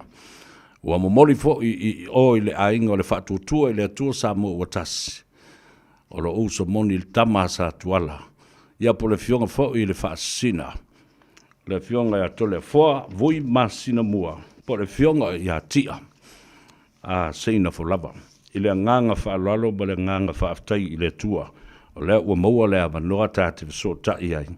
Ia, mai e mo alofa atu lava. Au alofa atu ia te oi lau tau mawhainga. Ia, malou fe malangai. Ta loloa i le lalorangi. Ia, ma wha alawi loa le fungatia le tūlanga o lo ai ai le wha moe moe. O lo loto atoa fo le nai te halu maafi. Fata alofa i lau fionga le whaasina. Lau fionga vui o le tamasa tuala. Fio mai o le polkalami o le tano ava e te maua i le sao. Maa lolo sui fumanuia. Ia. Ai ane lama le. Pita whaafonga alu tātu tinu.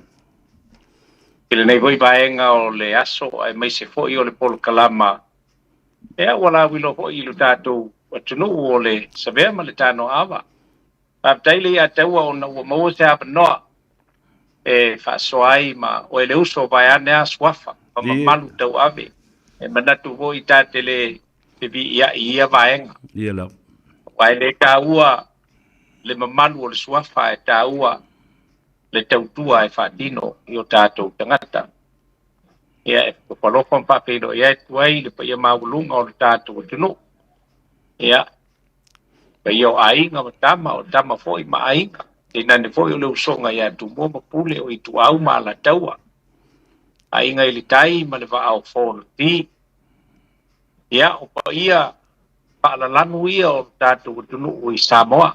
O Samoa i sipo e pe o na Samasani ai. Ia. Ia a tātou manatu fo i le tāpo inga o tātou uso wale motu samale motu o salaia ia a tālo patuai ia te oe sua ma le vai whanua o mai tūlangi sa ole ma sa le au mua ma le launiu na sa lua patui ma uwa au toto le whaleanga fulu ia ma pia poi ia te oe le whale ula o le tui manua ia ai mai se o le malai lo ua pa peona sa sangi ma talalo na manongi peona o mai ai i le tui sa sai ia o tala ni tusi sa vea ia peo le susulu mai o le malama mai sa sai masulu ngi ai sifo pe nana tato ma tang ia la le nei aso na ele avea ma ele ma fai na ngal tai o ya tua wale o fai ngal na tofi e tua o se fata ma o se tovine o va peo na puno wa iai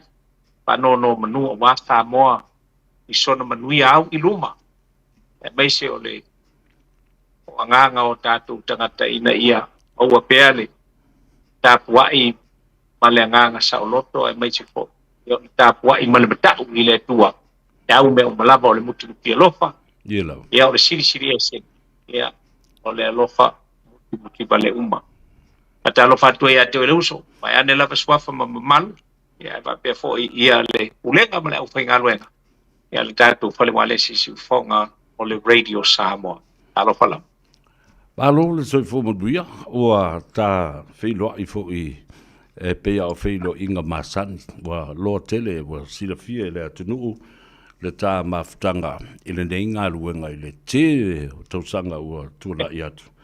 O toe te tailo mafau i tua i le tātou maftanga ma le fionga e le ota i tu au ale. I le tele o nā tausanga. E peiso tā uso matua. E pei o lua o ni o uso matua. Mau tau murumuri a mo pisi a kua i dua mea vale fai isi kai. Ai, o whaafitai i le tua ua tau nuu le miti a lau fionga. Fia tausanga o e whaele e lea i nei mea o upu whai o malo.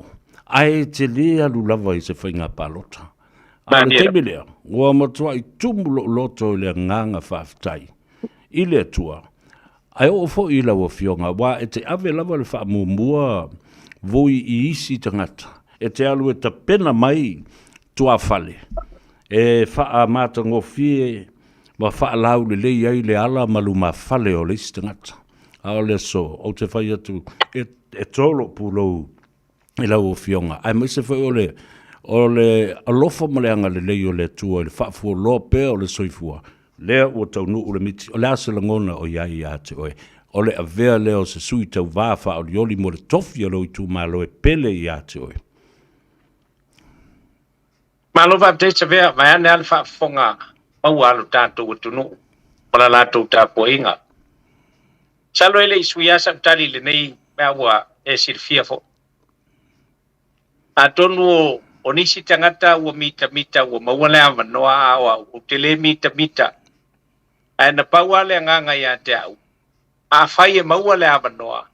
Matau le wha moe. O le nganga mawalunga.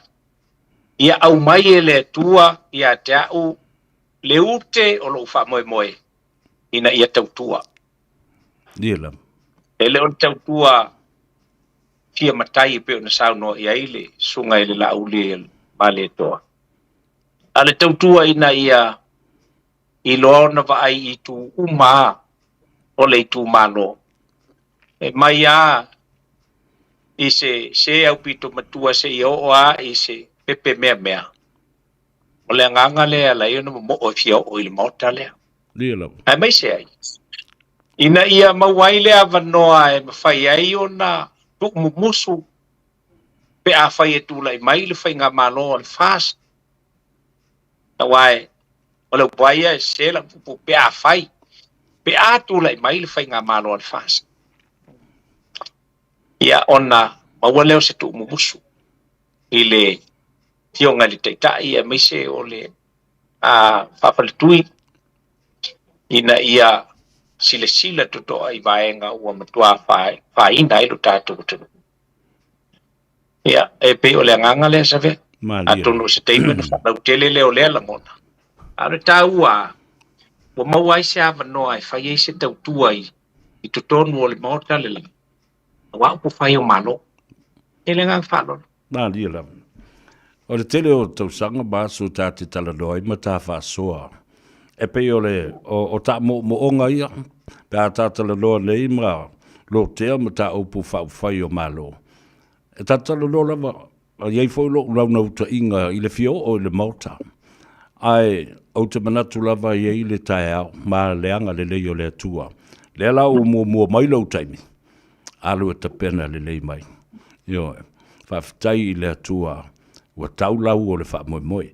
Ina ua longo tala lo i tu malo, o ainga, o wō me masani, ma o tau anga i lo e momoli lau o fionga i le mauta Samoa, o lo o wha mautu iei i le wha whaletui ma le vanga wha uwhai o le wha tutua i le atua Samoa o tasi. Le a se la ngona sa iei lo i tu malo ma lo ainga. Ta vea, sa u i sala whai i le isi aso, e ta pena ai malongo ai le wha moe moe. Ba i le aso e tasi. Au le isi aso na momoli mai ai. O la wala tau. Ato tele anisi o mai pena o se toa, ta i toa se furu mai i le alalfanga. Ia peta. Ia ina ua fesota i atu ia te au sota i mai ia sala pai mai, longo mai. E ta pena le anga e toa tele le malanga. Si atu. Sa matu mata atu iai. Ia ona te taliale ia wale lei o lawa pena. E maofa fo i le loto ona o le toa tele o i latou o lea o lo ono nofo i le tala whātai o pia ona o a o ngā nei whanau ia ua o ngā nuenga o whamanuia fo i ua ia ini o latou panua o no nofo ai ma whātau ina. Ai na matua anu soli atua i le whamoe moe. Ea ele o se mitanga o se tangata. Ai o le whaakteia e le atua. Ona a whai o lea le va ai ai. O te tonu o le hata leo le palota. Nā lia lava. O te le mātalo salo. O le hata leo le palota. Ia i le tūlanga i pe o nei ai. Ia ai o le ngangai ai ele uma le whaaktai i le atua. Pe a whai o lana musumusunga lea i te māmatina o uso matua whawhine o whanau o i lātou o mawhai o na pālota. Lea na vai ai lea so lea. Le sau soli o tangata o le itu māla. O le fia awai le molinga o le tofu. I le ngā whaalolo sa pia man whaaponga vai e tāma. O se ngā whiwhia ma whaangai e tia sa mātou. Mata ma tāptapua i atu i atunu i whafo ia ma New Zealand nei. I le waainga matautia le nā ma le mawai. O le saputu mai o ainga le tumalo o le nuu ia mamalu fasino i swafolo e tau ave e o lava inisi mai la fio ango sale longa le te ti ai. Io, o wava ia tu lava o le to tele u te masani o mana tua fo le nuu le sale longa. E iei fo i o ainga i tonu i au i wa leva na o tala i e sfeife au tala i fo le nuu lava vale sale longa ma sale lava. Ai o le Palestina i le vai teimi le nā, o le tama sale longa, o tanga loa ti a lua man vai. Ia, o le kangaka o le ami na tofi mai lava i le military a America. E ta i le mission. A ave lal fai au tala i sale longa. Ia pe o inala ave test e pe la vale. A uma inale test. Na mai sawa o i sale longa mai loa avea ma 5 tau o le fionga a tanga lo tia. Lua manu vai. O le fesoso ani mua o le Palestina le mission. Le ala te vava ai atu e to tele nisi o te basani ai. Wanga i atu e lango lo fa moe. The presence of them being there around you is so powerful. I could feel that too. Ile aso lava lea o le moringa o lau fionga. O le lewa tele, e te aitau malele pe e malanga mai i New Zealand, e te haru lava i so se teimi o palota. Tā pena penanga o palota. E alala i Australia, aitau malele malanga i Samoa. And finally, ua whaia se whai unga, mau tutu, o le a e ta moe. E fia sui ia o lo o wha moe, tā moe mai wha sale anga numera 5. Sale totolu. O le sui o le HRPP, ma le sui tututas. Sui tututas, ia, ma lo nei vai.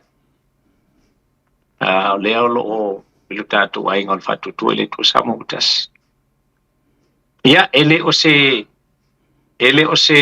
tā alonga e ave whapa ole ia ise mawhau seis. Lea lawa. Umoni lawa le nā. Leanga ua tā masani sa vea ma masani fo ilu tātou tunu uianga o le melne o le porkiki. Lea lawa. Mai sea, e nei ianga o le porkiki e pālangi. Lea lawa. Wale, apa ia fa men palangi o suila vote o ele faina o suila vote. O tatou sa boe e suila vote nei e tu sui foi tai au. Ela le winga lo va mtalanga. O le alava ili te ta wao na ye se tanga tai i manatu mama ia. Ele va pe foi o isi foi sui o la foi o mai la to fie manu malo. Ili toki o le tu malo. Ia ai fa moe lava. Ia ile tali tununga o tangata, ia malalatou wa ai. E mai so sau tautua o whai tonu o lou, no umalou tu mano. O le mele nai fua ia, o te tonu e fua ia ia nei whainga palo. Pero foi nei sau noa sa vea ili tūlanga, foi ile ana tātala no ai, ile vaenga lea. O te tau foi ona ina o amatue foi se tala, na se tuala. Tau foi nei se teime o tau na, ona e mau manatu ai leanga ele o tele tununga sa vea o le turu inga le o se tamatane i te fo ele i ni tamaita o le turu inga le o sau tautua o ame te tautua ai e noa ai a mea ai e tata i ala ngona i le tumutumu alea ina ia e ofi to tonu e fai so sao wa o lo sao ala sa fai o e o lo wa sao ya te o e malo ainga malo to ro malo fa na o la te fai nga lu ngai le me diela a se sao ta ua o le tangata e mai se o le tamatane ia vai te a wa o fai o malo e ani tu la kono ina ia le fa ta tia o ni tu la kono ele ina ia manui ai le o polkiki al whainga kula kongo ngā lai whainga i kaimingi. Au ni tū la whono ina ia manui ai Samoa lau te. E ole ngā ngā lea sabe? Malo, ta ua tele. Malo e tu e luso pe a whai o iai se tō whāwha pēnā i se teimi o i luma. E le mau ho i e. Ta whainga mata noanga o whatua uia. Keu kako o e mele umanga ia. Lau tala le whai te tai. Ia lai whaafonga mai te tai ma le whaaparatui. Pai. Le umana ia fo si whakausanga le u kako wo ai. Oi. A me kako le o e lo whakausanga le wha maukuru whakausanga le o le panmengi. Wala e lai kikir kon. O kire kire li. A le palengi wo. Paleng kong wa kako whakasi ma Amerika. Whakausanga. Ana ia. E ngang whalo. Nga ria lava ta ua tele. Ai o tātou o se atunu elektiti. Ia ai tolu tausanga. Ai 5 tausanga e tapena ai le palota. ai ia silsila ia Amerika le fia se lau miliona le atu nu tele ia ai le umi a fo ia toi fo I polls e lau silsila I lo I tu malo o feo ave I so fa mua I lau lava va inga lau tele mo le atina e manuia o le tu malo Ma lo fa te se ve o le nganga lava ina ia fa au le ia le polo ke chile ma ia mona fa tatia le fast ina ia le manuia lau tele o tangata ai ole nganga po ile ina ia po na o Talanoa o malanga I Amerika ma Australia o se vaenga wa te tauna fai se fua tala fea ngai ia ona o itu malo ho ia tai toru tai fata I limanu ma le itu malo e tasile no ai a fua la I le tupe ave e tasile miliona le itu malo e tasile no tasile miliona itu malo e tai fata I limanu ia ina ia fai ia se fua ale vaenga fai ia vaenga ia ole tulanga la ma silio na taua I la utitilo I tono lo malo ole walum whanau ia maua umai alum whanau ia le tulanga le ole awa oina ia pa malo si fo ima aver fautuanga malo si matua ina ia pa malo lo si le anga ole o lo lato manuia lea o ngā nei a lato whanau o nei wha moe titi se si tau manga peo na iai ane wha o ngai na o whanau. Ia, o le wha leleia, sanga wha leleia o vaenga o lo wapeo na wha tino ai a lato o onga. Mai se le tūlanga I meo wafo I o Pilio. O whale ui ma vaenga o whapena. O Samoa wa ila utel tonunga wa tatau na o le ono se pulmo tupune o tau sanga talon tatu to tasi wa le tau na to ia se fa na o to ya onga e fa moe ile tupe ya onga wa tatau na po I maile na o se responsibility le a so se fa nga malo ina ia ona le tu ua itua se tama fa na wa Samoa o le mwhaiona ia au sir tūlanga tawa awa onga. Ona, ina elela batia nai ona mātua le pīdu. Se vaenga lava le tā ua tele. Tā ua lava ia tā ula pa ia le tūlanga pe ona iai o wabai ko ia uia. Ia, ilo u to mālo male. Ia o le wha lele o le na upese ai ua umauna wāsiasi whaafia e whaalua e mā ua male minsta ua umatu nei. Ia o mo na tap tino si tu malor tu langa ole fai o ala nga nue ma vaenga mo papenda ia le wa pakalu an fai nga malo ia o fatal talia ile vaenga e ona ia me se po il fa le ia o le bai ia male tise e tawana o male tise e ai nga la imtari tai o ia le tise e pe ona vaenga na tawona ona fina finau iai a mese ia o ngal fanau mal soifua maloloina ia ola soifua maloloina umai ia malo ele na tia sa pe o leua o le matou ile matu tu malo leua pa vai na enis ia I sa matu tatala noa ele la pa vai na se charity trust ina ia o le nganga o le me ina I silisila I la tauia. E tati ia mea o lo fai ele malo. Au mea la mai tau ona tilo iai. Ina ia wha au pea le trust lea. O wale manuia, a mai sila tau singa o nai o tātou mātua. A mawhai e pālangi, na whai mea le ole Meals on Wheels. So can we, e whuna tātou whai. Pe a whai ele lei patino le vaenga le e pe la ona ye nei fa vai nei le trust masalo ele o to mau na launch le trust le ia la wa ye inisi le tu mano we ye to ia ona tau ave ya le me uma o le ngata ma ina o tu matua pe se fo yo o ni tei me vai ai ia ngai matua I me o o pili ona lato o fana wa o pe pon fe so so ni le trust le ina nga fa lon sabe man fa fo me ta Aro fa tai lo fionga. To le fo po le fionga fo I buio le tama sa tuala. O le na o fa longo atu inisio foi pule o le hero pipi o le laitu. I le lato vi ia o le poloketi o le tasi le miliona tala o fa le leia I o lato I tu malo. Mama natu fo le fa au wau ia fa manuia.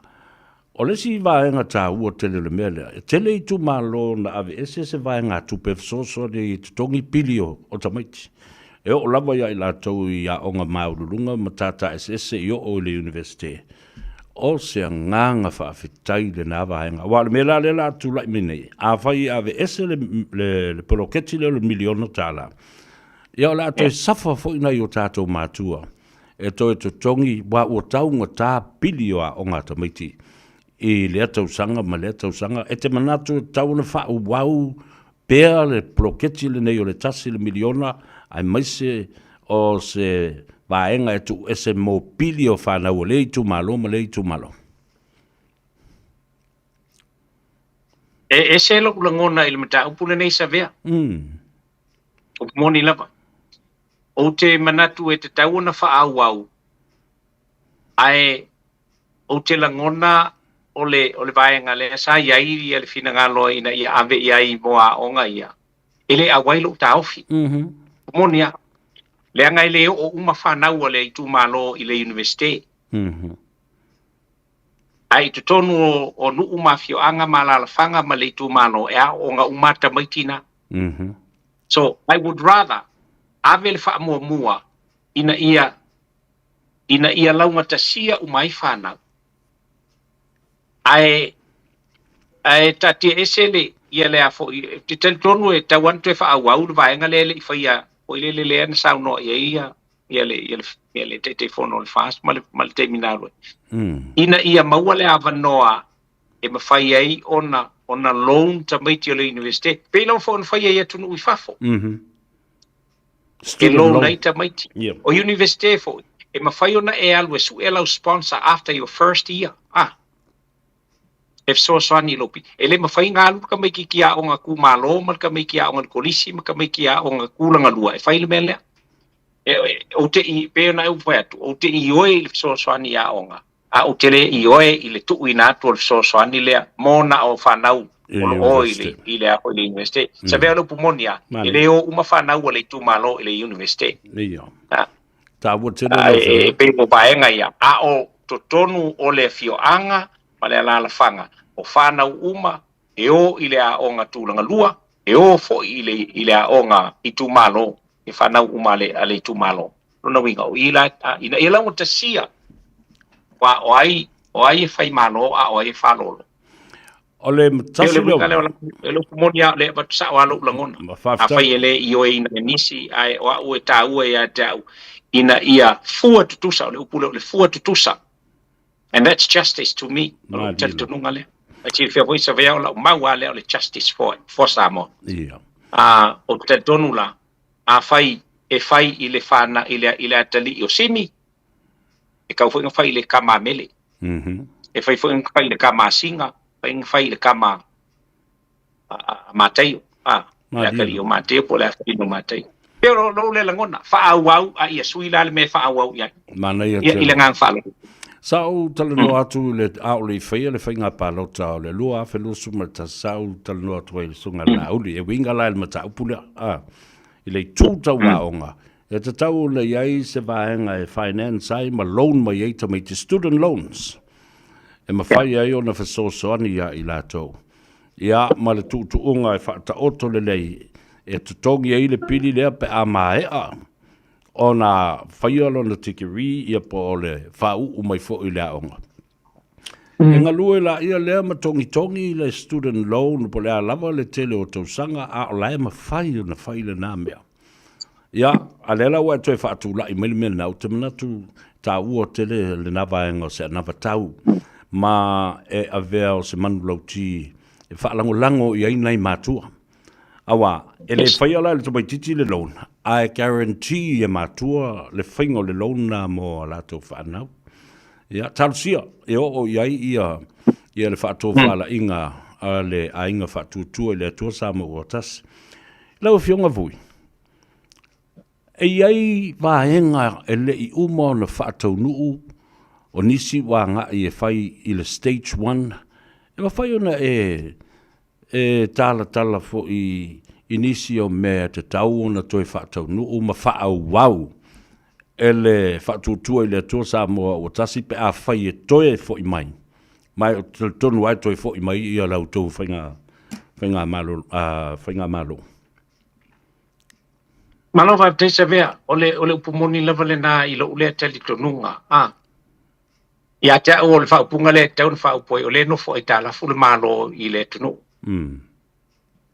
e le nofo I ta lafu le fast I le tunu o lo nofo I ta lafu le malo le whainga malo I le tunu taluai o le ua tātou whaamuta I le whātau sanga a le o le tele au I tu malo le anga o le koru milionga le ua ave itua ia iala le tele tonunga ia a papea o le ase tō whaile te tau lava ona toe au maila le 6 miliona e 5 miliona lengo le ua whaitonu ai le palo tai le whātau sanga ai le la toe a matatu ai le o le 6 miliona I le 6 tau sanga a matau a le o tula I maili se whainga malo fau ma le tūlanga I peona iai wa te tona o I pe tula I maili fast o no winga e taura I le whainga malo o le fast ona pe whaawa ua turola ia lea wa leanga taluai una ua le 5 tau sanga whaile paloto a le 4 tau sanga whaile paloto lono winga o I tu malo o 2 miliona tau ntoe whaafoi I o lato 5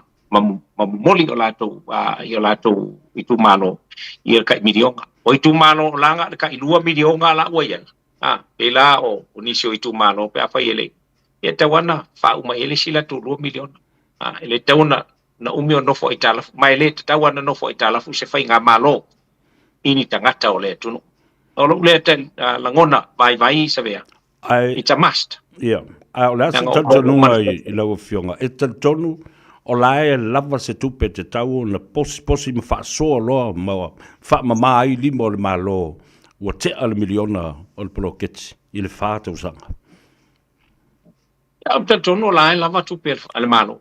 E si fia foi sa vea o umana au mai le 2 miliona le na au mai a Amerika. Ia. 2 miliona Amerika. Mol fa moi. Lona winga. That is about 51 million Samoa. Longa winga. Ole menga ka penga ilesi pa ke kirenga. Pai ya langa la le ufa mut. Lona winga la. Ai tele tupe. Ia I tupe. Tutu masai ai. Ia paule mea. Ina ia posi lelei. Pa soa male sao. Pa soa male ametonu. Pa soa male tonu. Ia awangi fai enka loka. Ia. Ongi fai engi. Bewa yung kufanga kupe ia. Pero isi mea tau whalonga tu. Tau fai kufanga tu. Ia. Le o mea ngawaku e whai hoi le whai inga ia o mai whai kufanga ku pe wa whai mea ngā ia o kalanga o le campaign nengi o campaign ya le fesili pe mwhai na whai wow it's your guess is good as mine e tūlanga me maria wa o tonu o le nā ua popona I tupe ma tūwhanga tupe ai te tau na ave le whaamumua I le me whaamumua. Awa o le o tāpena nei le whainga palota. A se sila lau fionga e pāti whaawhai e fitu ia ua whaamautu mai nei. E ai ni whaipoiponga e ono tula I mai ina ua uma le whainga palota ia po ni deals fo I o le a poto ma mafatupu awa o fai ponga ia le mafaiana le tuua pe a fai e la iti ia pati vo le manisu e tula mai le te ina ia fai se malo so fatas e si vivo se ele lo que me nga ele lo que ele se me kasi o nga vo o tula fono fai nga palo ta me umla la maul me la na le na va tu fatas le SNDP mal fast ele amatanga Ona, o la ia tu la phone na fawina tu le pa male HPP, ele ma fai coalition pe a umal fai nga pa. Le la na la ine na fai. Ia ma uka ko loa o le vai inga pe la o a fo yo ongi ka sa finga u mai se vai ng fa fai kas. Ia ta sia fa mo o le fai coalition al visili. O fela le kula fo ngo fai el men. Ala o mau kula fo ngo le lo ke kula fo ngo nga. Yeah, a fo ye vai. Ia mai ele fai en coalition ni opposition. Ia we. Ia, fa to fa walo no wing. Pa malulu ku e le vai ngale foi le o mai lo opposition. Ele fai en coalition ni opposition. Ai fai coalition. Pe fa pe le o lava ia. Fai numero. Ia le numero. Ia foi le numero la majority ale. La ele majority mas vai fa ele o lava le numero ina ia fai se fai nga malo yo e o nga masani da alfa na vela la mau ka ko kula fongole ele me fai coalition pe au le yo wal me la polar be le mele la fai na ta wai la le fai o negotiations ile amatanga a ole fai ia le fo le palota ina ia manino ai au fala fango fie foi una nga lue fatasi ile fai fatasi o se dual campaign po ole triple campaign ni vaina awal mela le titilo tune o se sila le fionga voi limas fultasi tu malo fitu ia parti fa fai a fai la e tofu a parti nei mala to suita i totas lo e titilo ile lim tolu se la limas ful fitu ia sui fai pule fa oli o le la o le palot. O se mea matautia lea i le tala fa sol pito lea tunu le. Na so tala. Ia wa ole le na va vena ma wa result.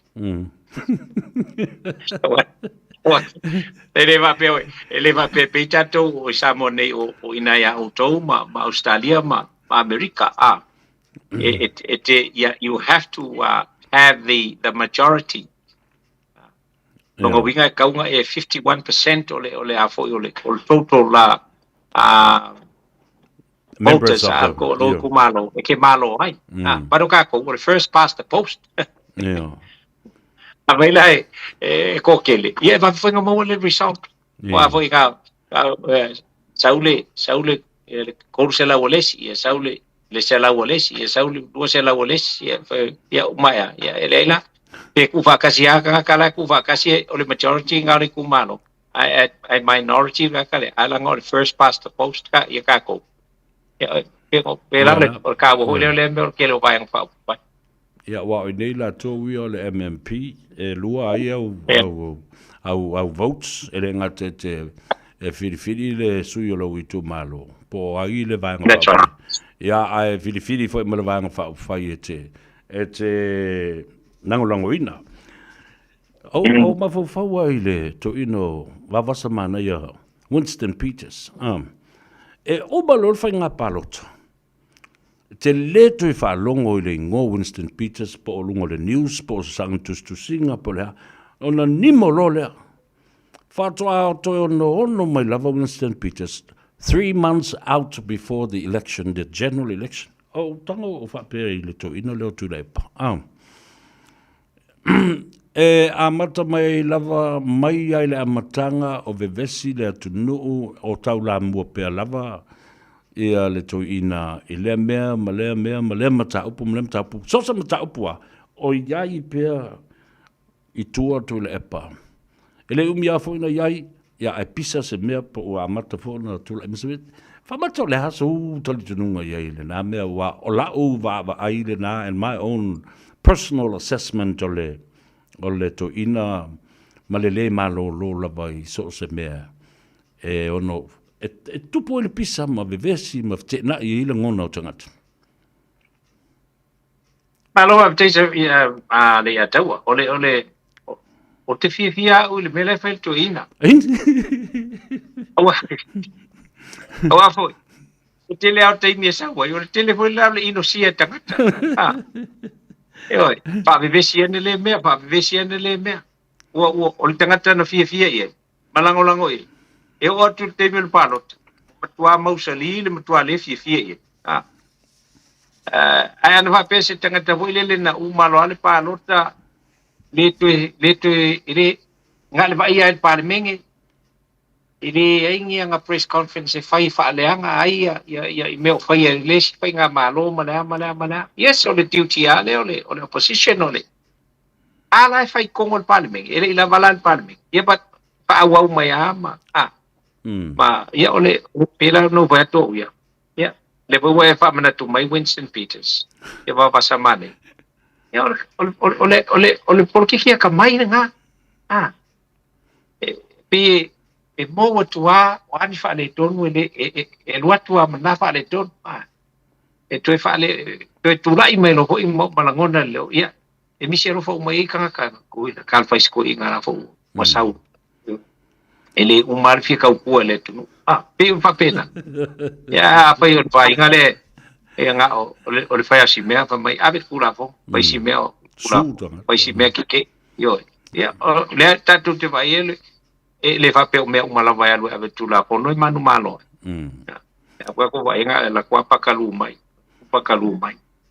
ya ole melana the leader that's an advantage for us o mantua lo fionga vui o le convicted lo i il contempt of court so convicted for contempt of parliament na fai fo la e la le fai se fa salanga le contempt of court ai na fai le fa salanga o le contempt of parliament o le no winga la au tu le taimi le stala io la swafa o ni sui tau va fa mata le ono a fia io le la le stala ma le la declaration ile tu la fono le na fa salai and then the convictions. Well, it all depends on le fa salanga fa pe fa salanga o so tu la fono le na convict ai but that contempt of court mo kwa salama mafa salama mafa e ova male dua kausanga le lo na fa salanga ia te ulo valato pele aise pele I faia se sala ola o mau I pepa your conviction guilty ele mo fai ko elo ese lo so kula fongo nga o ia therefore e kakau onga a fia il fenga panota le nei e tau no tua fia to lua le anga ole contempt of court le melenga la faia ia o no winga la e kau onga wakulo la bala abaku la pepa abaku e apo ina ia fa mawina mo fenga palot ia ai fa pe mai lole ia el komisinga ka kele fa ko mo komisinga e sa ia pa o winga o le kala yeah challenge anga la fa mai la ua I mean la fa mai la fa valvalea la fa mai ele se fa salanga but convicted ele ka ua salanga ai ka ua conviction la ua mau I records and that will remain with you for 10 years yeah malisi vaenga taua ai koe mangala ave kua e kelo koe fingau ia koe faile si case inga ia ave kua le afo inga koe provailo lo innocent ai inga ia fai ia koe fa le ola wa guilty Alesi vaenga taua vui mana tua o le fia o I tono e fia fai tu la fono fa fela na nga I tono le morto le parliament fau mai le tu la fono a o lea fa maonia le soli tu la fono ngata le fia lo fia fai tu la fono la le va ai le tu no mai si tu no o le langi ko nga ke mo klasi mo to nga tu la fono ya samo ia o se fangu ta ua le I le fionga le komsina o fai nga palota ai fa pe fo ia le be fo le judiciary ka ko o se fangu ta ua le nga pe anda fa e fa sale vale ai tau I me fa pene o langa o le pepese ala ua ile la pese la vale ele langa e mo I wa nga convict la ua ai le I serving se sala ele ai o le fa upunga la fai mai pe a fa apea o le a fo I o le fa salanga o la usoli kula fongo e lua pe ave o fa fal pui E. e lua kausanga po le siliako ia po le afo po le fa salanga fo ia siliako le fia ia waile mfenga po le sala kupe mal kula ope ele ka wala le fa salanga e ka mo fia ole o ai nga o i ka fa ngaka onga ole mangaku ile afo i ol fam singonga ile au nganga sa fai ile palmenge o Samoa ya ele sa o le fai ngol fai unga le palangi fa fela ngaka le kanka Samoa sa au ngaisi makanga luenga ai ola ka ku ma ka kia ai song song ko la fonga fai fola onga fo onga le fa ka winga se so fa salanga onga fa fela ka ku pero nga winga al palmenge ai ngal ka ku al palmenge exempt me fa pe ya ka uia wa i ro wa te tonu nga to tasile e manga ia fa nga ele a ko le kili vanga ko malo palangi le fa ia fa it's prejudiced ba tiro ya ile ya ro mongia ale atawa a fa ola ngo mai i New Zealand ka malo le fa ia fa nga ma ko kilo mai o la fa per ka malo I wish ma kwa fa pa pu ia ka ka fa ai nga o this was my yo he's blaming himself now no va persole you know I thought I learned I say le songa ka ngi le la o you know o me o fa fika u le ku le mai ile island nge o Samoa it's on my head. I should have done something to the two of them. Ave fa ai nga o yu kai kang malala Maria te ai o tātou tū la lata nei le whainga pānota. O tō fitu ia le vaenga lela au mai, a whai le mōni sui e fitu pe valu po siri atu lo no winga e tū tai tō tasi tangata nei te tonu, which means it's just a bunch of individuals standing independently to tonu le mauta mo le parliament. O le asa uwawa ai o le amatuato a tele le au tū tai tō tasi pe a whai le au sia e se pati whau whai ia le valu o ni sui whai pule. Yeah, ole tūlanga le na iai, wai, pawale lo ta mo ngā voi le iai se opposition. E kuku kasi ia, a iai ngisi opposinga ia wai, o ngā debate ai lola lea i loa i nā fo i le lei o a fo i fufuanga al whainga malo al fast. Ina ua iai se opposition la tau te fala velave mau mai mafu anga ala yo na fala velave ngai le mano ia pe ona ta ua la vale ole ia ole o se opposition i se fainga malo ina ia avea ila to o a foi o ni e la to te fa masino ina ia ngan wenga o lo va pe ona tu ina mai fa tino wa ia te mi vole le wa ona talwai wale se opposition dia wale fenga maloya, but I know for fact kan kongo wia ele fa pengar kula i mai la uli ale mali to mal fenga malole lai se fenga malo e fai fa tete me malava ona ana ya Samoa awana iso on faia ia tupe e mai se ai ole tulanga ole a fo so fu po tatu tangata.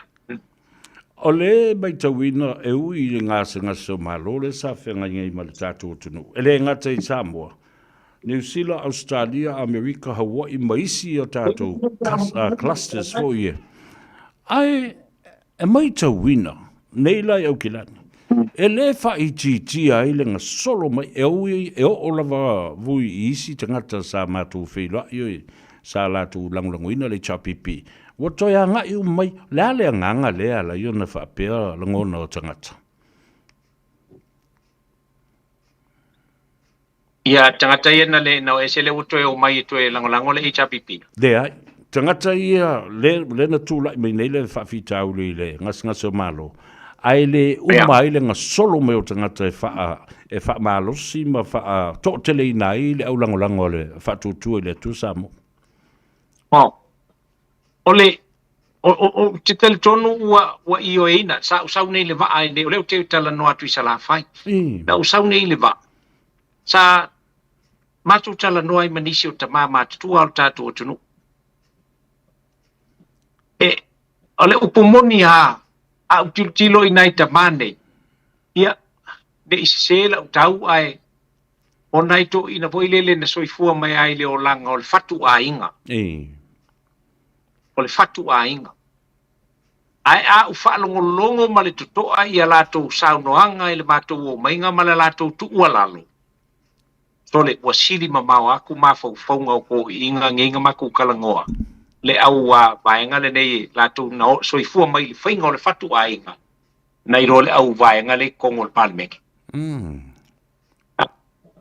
O le lātou tala. I le mawhaionga o le whako a kofo ale o sa moa i se me ka uo se. O se wha manguianga ku sa o mai i ka ngaka ngu o le ku sa nonga ia. Mai o ala le lātou sa no. O ala wakala ma me o mei ai au mai. Wa ino uma e sa moa wa ngā ungi kala ai kau wha se e ai kai meo le paloka. Ai le kukupu ia mo. Le kukupu ia mea. Ia la kukupu o le ngau ese ngei o ova malipiri o ngale.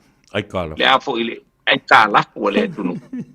Le ngā se a ai le whai ngā malo ale fast inga ia kau kongi le ai kala fo le. Ale wei lo fo wa upu matutana. Ale wei lo fo le wa la lo le kala fo le la fo ngai me. O ngo le sipo fa puku ngā pidi o ngā mele la vai pu. Pero tala tu de. O le winga la fa mtalanga. O le to e liu mai o tangata. Ona e tali tonu wina la vala auli ale mali e toa. Ilo la tala la fa fonga mai le taita. La tala i ma tatanoanga na ma o maleri.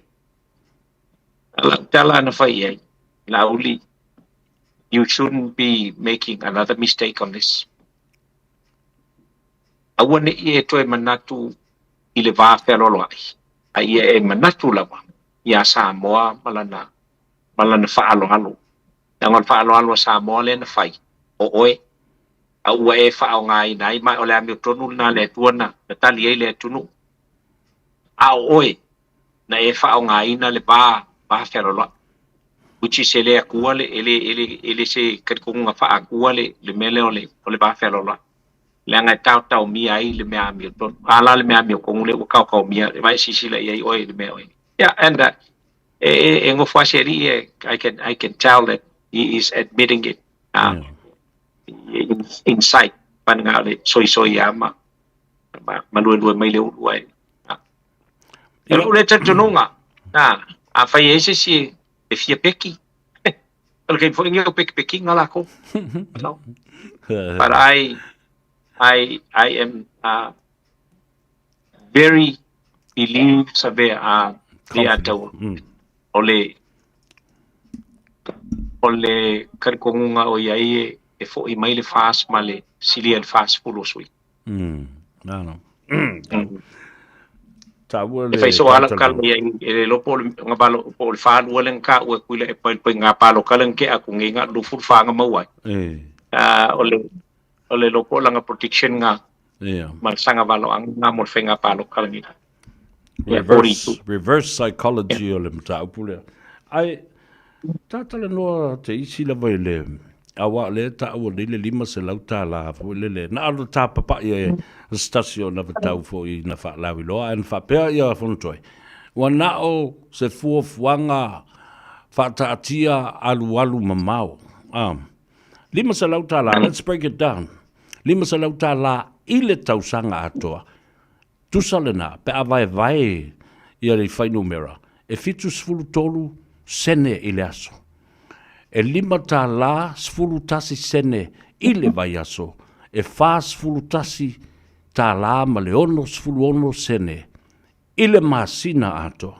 That's how you break down this $500 a year. O lono winga lai tasi le vai aso e mawai le melena Ai ona e mole manava i atuela i le sisfultasi masina ma le tolu vai aso se yo le kilisimasi. Na sau vava i le nanga. Fatu e fo, ele o whaaleanga i le lato. Ai tango la e tilo le natu pe le 5 se launa.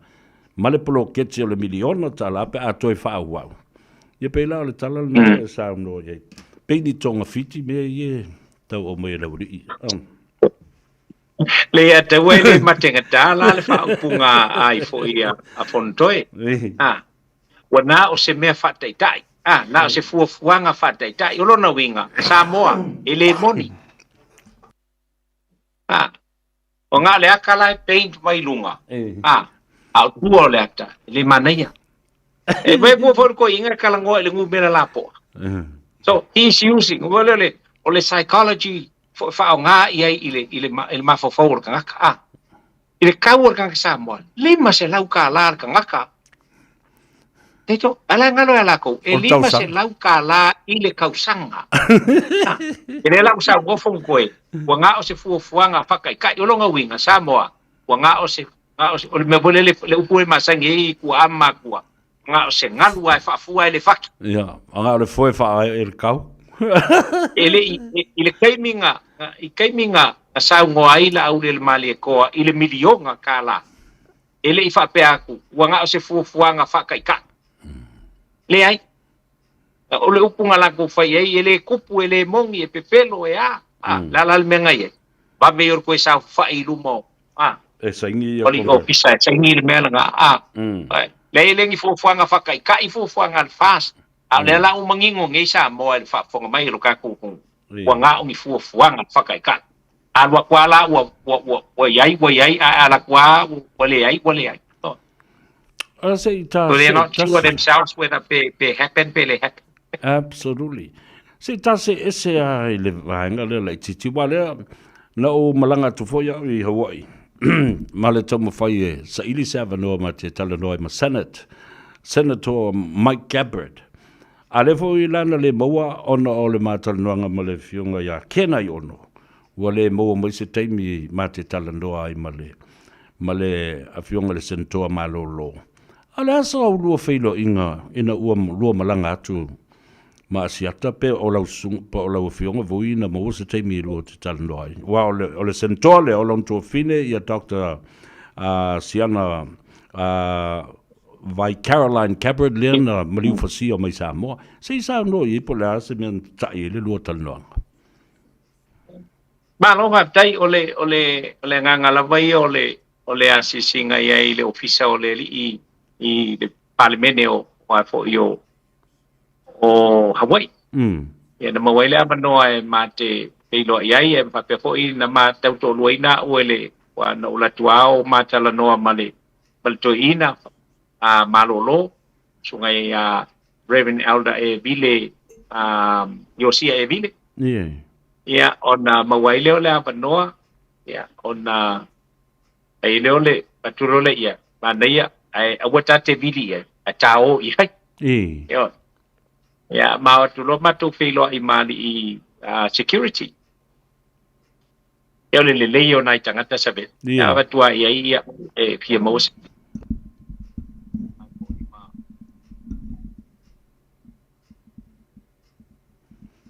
ia mos pelo inga male sentoa ia ma no ia okay ia matu wale atua seli abe ama wele ofisa matu filo ia le ia ole nganga ia ole filo ia ona ole tulanga po ile ai le ole ase tala mai ile tulanga ile pe ona au mai ile ia ai sao no mele le mau te mau matua ia mena Samoa le fa pe mai na tul tanga tol matua nga le matu mau te le no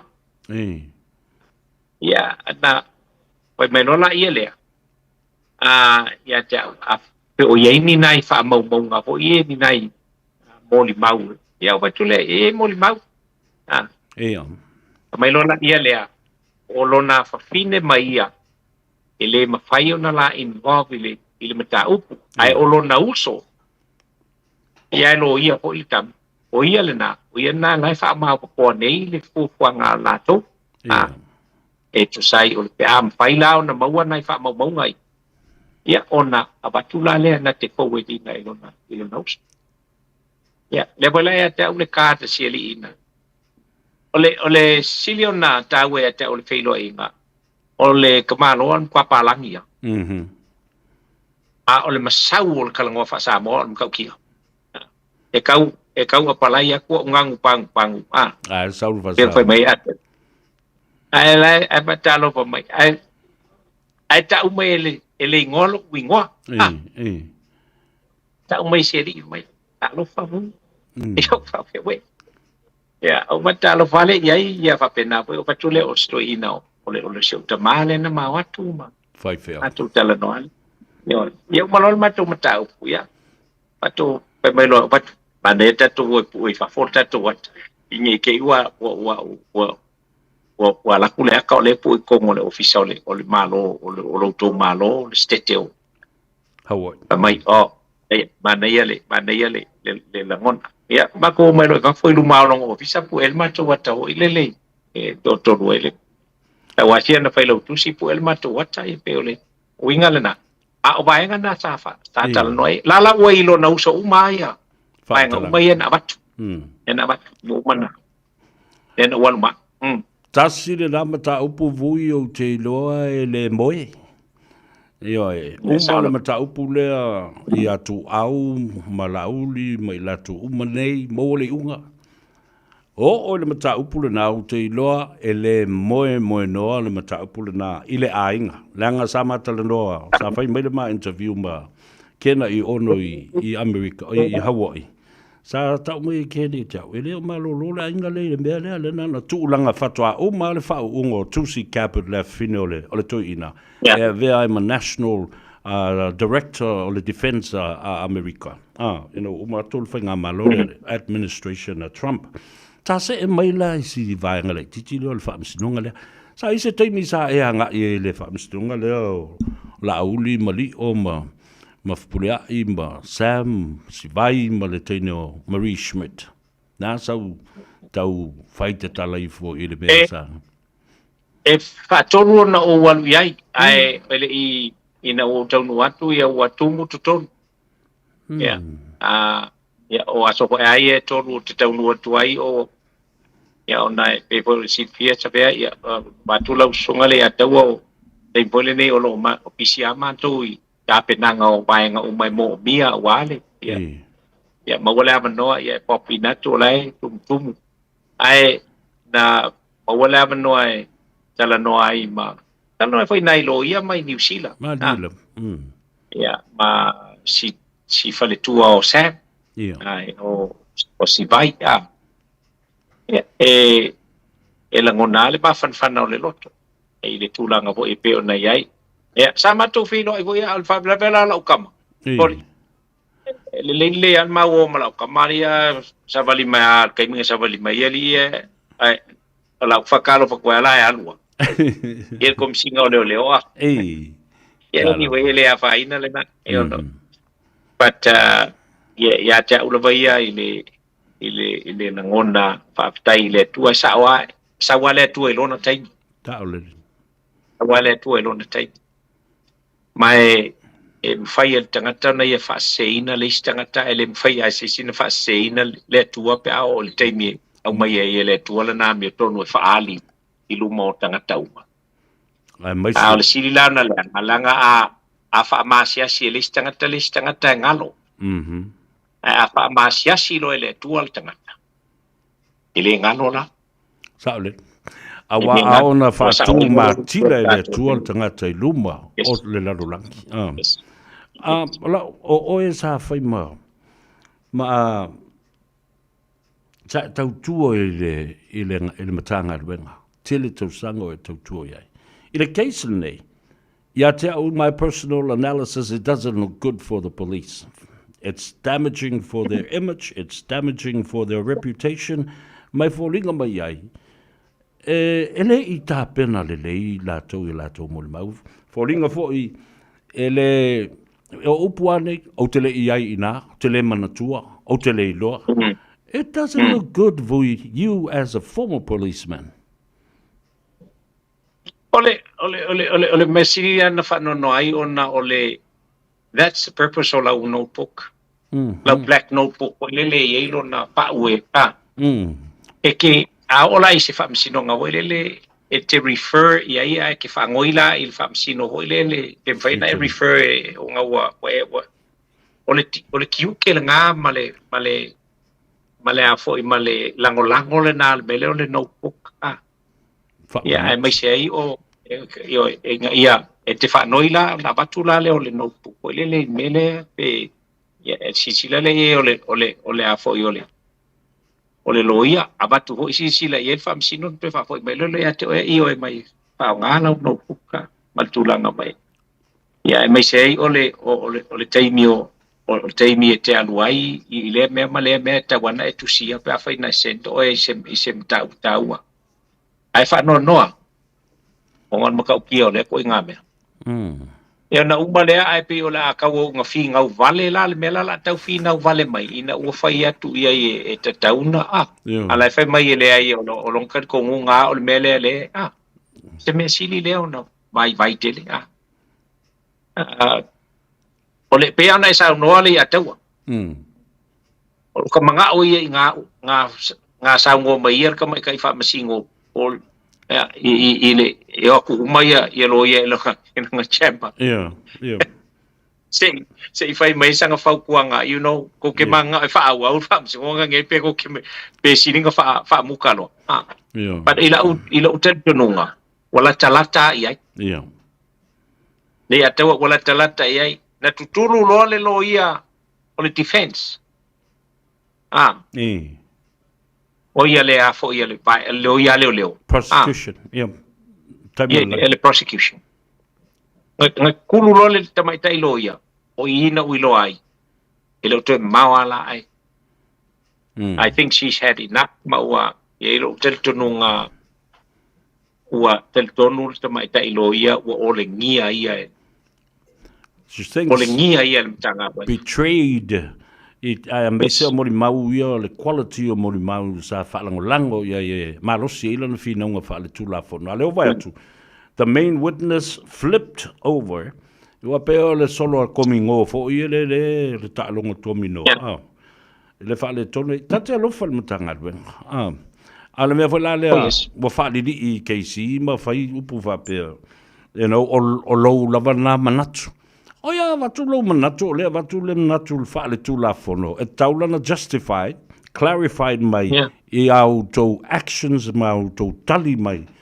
e fa feto ai le facility le KC ava ko fali e fa balbalea le langona le na alu ka fa balbalea le nga o ia le nga lai fa ia o ia ko ngwa nga fa singo le upu nga o lo la val nga manga fa singo le leo because ole a fo yo o me umai nga fa ile leo e fabricate uma they were all fabrications ai fa tu e fa mai le talan na mai o lo wanga well a fa ka malo lai kala ngo mai lungo kula fo ele o kala ngo ai skula fo ole kala ngo ai me ngo fo fa kupu so ole me wai you know pe a kula mai le fa nga malo you know sack them all. Yeah. Or see me bring them all to justice. Yeah, absolutely. Awai ana faila utala nafi. Matala tu nafi. La utosi sila le solo anisi o le ao anga i tan malala. O le solo anisi o le afa malolo. Manisi o le ao sa ili tupe because this case will also bring civil litigation in terms of compensation o le faaleanga ino ingo tangata nei. Fai tau miliona ma miliona. Au toi tatai o ile vaenga se lautolu iwa o le Criminal Act lua afe sultolu o Samoa. E saua le vaenga muamua. Perjury o ila tau o tau tō pepelo i luma le tuspa ia a o le mori mau pepelo fa au popo o isi mea tō ese isi mea. That's perjury, my brother. Yeah. Under oath. Ole tatu te tala noa i leo. Yeah. Ai le nga o leo kaunga mo lia le mengi. E molia mai malesi vaenga le ilunga aku. Ia, asa. Lenga e kakau ngā afia i le vaenga korsu ma le valu o le afo i le Crimes Act. Ia. O lou si le fia a e faa Paparing, la fa la Kalangoa e ke le popole i ai ala ke lo se sel me lai vai. So e kia uia whoever pe kawa le top politician I FI, so be it. Clean the swamp. Yeah.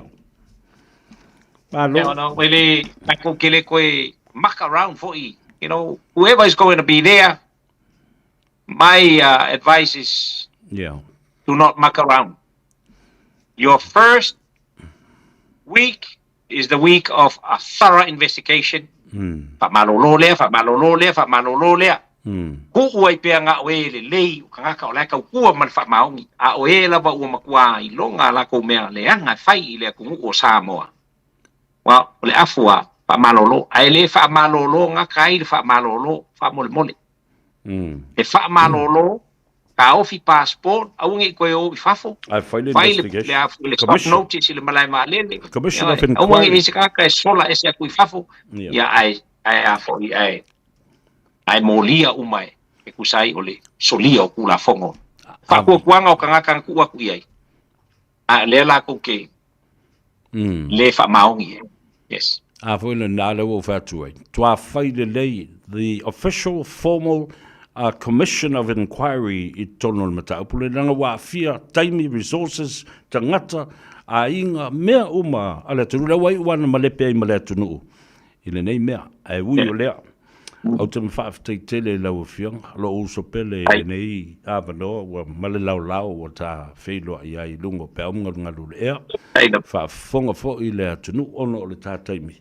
Ai alofa atu fo I o le nafa to atau nu atu le lato I le vasa ma le whai ngā malanga. Ia, tātou sa ili manosi a wā le vai aso fau. Ia wai mai wono aso le litio. Kai au ka loi le loku, peo ke le loku fo I e koe usu mai la so. A olo anga le leipe le tua ma maua le whai yanga. Au te alofa mau oe, ia ma talo fo I e pui lo soifua, ma fef talo loa I ai, maua le tō wha ma le whautanga. Ia, ma mori e ile vi inga le tua. Awane I e ngasa. Ia, maua le malosi so steam. Ia, tala ia ma le alofa tele lau fionga I le whaasina. Pula tu le nga fa taimon fa malol pe atawa. Ta tu le uso mai ania ia o pa ia mo man. Sa wo. Ai aswa fa o aswa fa inai. Ai ma malu ainga. Fa taimo le mano o mo ta te fa so ai wa lolo vo ta te le o. Aswa. Yela. E va tai fo na tu mai. Ia, a vai fo le ase upu o le tau tamali I lau fa fonga mai se o ta po inga ta tu no malala tu fita fa fonga. Ya, pe fa fo I mai a vui sona. Wale ama sona le mala mai se mea. Ai, tel tonu pea. Ya, ole tua. E fai mai a kako ke vai a tatu fa moe a ile tua. Ma fa no ngai ne fai ale me sili mo tanga. Ya, ole ta wale na. Ya, la se upole tau tamari sa mo lo fa fo mai. Pa to ese atu. A fo mai pe ya da. Ya so vai ya ma se vale. Ya lo pangele tua le. Penatu mo sampati ata au tatu tunu mai se foi ia te uso ya lo fatu foi ya ibe falitua ya mai se foi o uso ma po paket stene ma sen fanau ya mai se foi o pesta ya manuia tele le nei afiafi atu te mi to o lo to ma tanga ma tatu tunu ya por la wi langi ma ya ata no manuia o foi ya o foi o la malos o pa malos ya le ya Pumoni ale na. E tali pe a vai tala. O le malosi le ya te wa mafko ai mar ke kapila e o ke alwa la sala laupa o ke kapila. Anyway, ya. So mo sin tia va nota te filo e mo eluso. Ai mo terminate. Auto no masani bui se pala masina moa. O fa sale le anga lima. Aso I foi. Fa soi foi uso. Ya le na. Ta wa to ile talo ana foi mo le fionga I. Fascina. Le fionga ya telefone. Ya, po le fionga fo I le tamasa tuala ia fui masina mua. seina fulau. Ia, ele mwhai ana ngalo nei te mari. Ia, tele tausanga, tele taimi ngalo lue whatasi ai. Ia, o iai pia, ia le malos e mwhai ai o na tautua i le tunu o ala le tofi tono o le pare mene mo onga le leina. Oh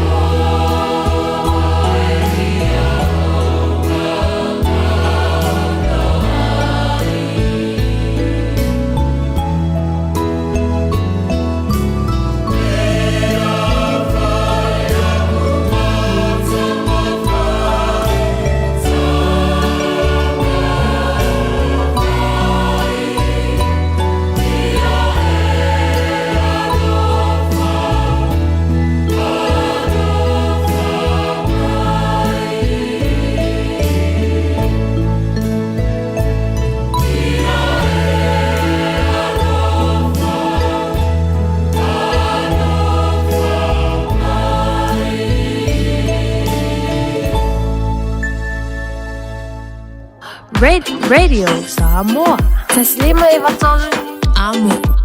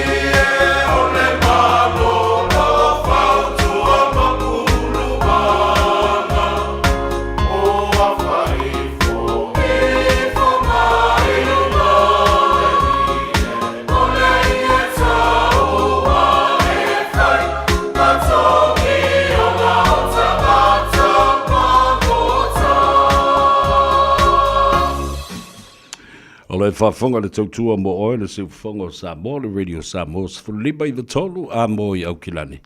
Ia, ma le ia taua sa vea sa yuli I le nei fo I a so tōna ai. Tau walunga atuai ma le talanoanga fo I ma le malo whaalorongia. Ia, o le paanga tōtino a le ia taua sa vea ma le radio sa mo. Le fionga ia vui, le tama sa tuala. Ia, po le fionga fo I le tole a fo le whaasina. seina fulava. Ia, tā ua foi le tā penanga, a lea foi te bali I mo le whainga filfilinga le tunu, o ina, ia, e lua sui o le whatutua I le tuasa mua o lo tūlai mai ai. O le isi foi sa avea foi o se li malo le malo. Ia, o le fionga ia vui to le foa. Ia, whatasi ai. Ia, ma le fionga ia pesta vai fou. Sa avea foi o se leo o ingala. O le tumalo le to tolu ia. E sa avea ma ali I malu o le malo. Lea o le atau vama iai. Ia ma o lo o sa se e iai ia le fionga ia pesta. Te vanga vai fou. I le tofi o le HRPP. Ia. Te le meta ua le sa fie le talanoanga nei. O lona winga. A le mawhaia na whaia ni negotiations po ni talanoanga fo. I le au le whaia le whainga palota. E le mawhaia la o na whaia se malo so whaatasi. I le taimi e mai ai le whainga palota. Ono leo lo ta oto le tulafono. E le mwhaifoi o na whaia e se vaenga. Ma se vaenga whaupwhai o lo o anga ia le malo. Se malo so whaatasi. Ta ute le whatalo whatu ia Corsetta, ia whata Corsetta whaftaitu sa mau mafuta mai. Ia whamoe o lo o monuia oe o whapene lole, ia whapea foi Franco Silia. E whamei su e mere pārangi lea whiura karingono. Awa whai le mea maari ele nā. Ta ua tele o le vāsana se ma vātu nei. Sa watu lau tu o lalo. E au ngā tele mo I lato o lo o whaia ia a o ngā. A li imta mai ta I leo I le Police Academy I ta whaingata. O la u ia tu o lalo o le nganga mama. Ina ia CTI le tūlanga. O le aoa o ina, ma le koleni ina, ma le sue ina o anga waa o li imta mai ta I leo. Ina ia whaapipi I ai, o te lofo lai whaile Ingilisi. Whaapipi I ma whaatau ai le ngana Peritania. E moi, o le ngā ruenga I whaia I a tātou I Samoa. Ngana Samoa I te mi uma. Ai tā ua tele le whaapipi I ai o le whaamalo sia, ma whaamamafa. Ia le o ino le ngana Peritania, po le ngana Ingilisi. In the Police Academy has to be given a priority in terms of learning English again, writing reports in English. Ele o se meo se whawhia potopo o se tūlanga whapena. Ai o le nganga mamalina. A o ne fui la ina ave o tātou leo. E o I ngā luenga fo tausi ele file mu peacekeeping missions. E oa ia tunu I whafu. Ia le ia sebe o le ngana Peritania e whaongaina. E teimi uma. Ia e tau fōlan sisila po le ale ngana lea o lo o whaia. Whaia isu e ngā leo. Po wha Samoa po e wha Peritania le whaingo. O suenga. Ia mamata upu. I lea teimi ma lea teimi. Ia o le tu o lalo le nā pe a whaafonga mai ai. Tutors, teachers and lecturers I le Academy of Police in Samoa. I la uva vai atu tai tusa ma le mawhauwhau le olo I ai ia le fionga ia vui. E alu suanga le vatele I tauru manga o le mata upule nei.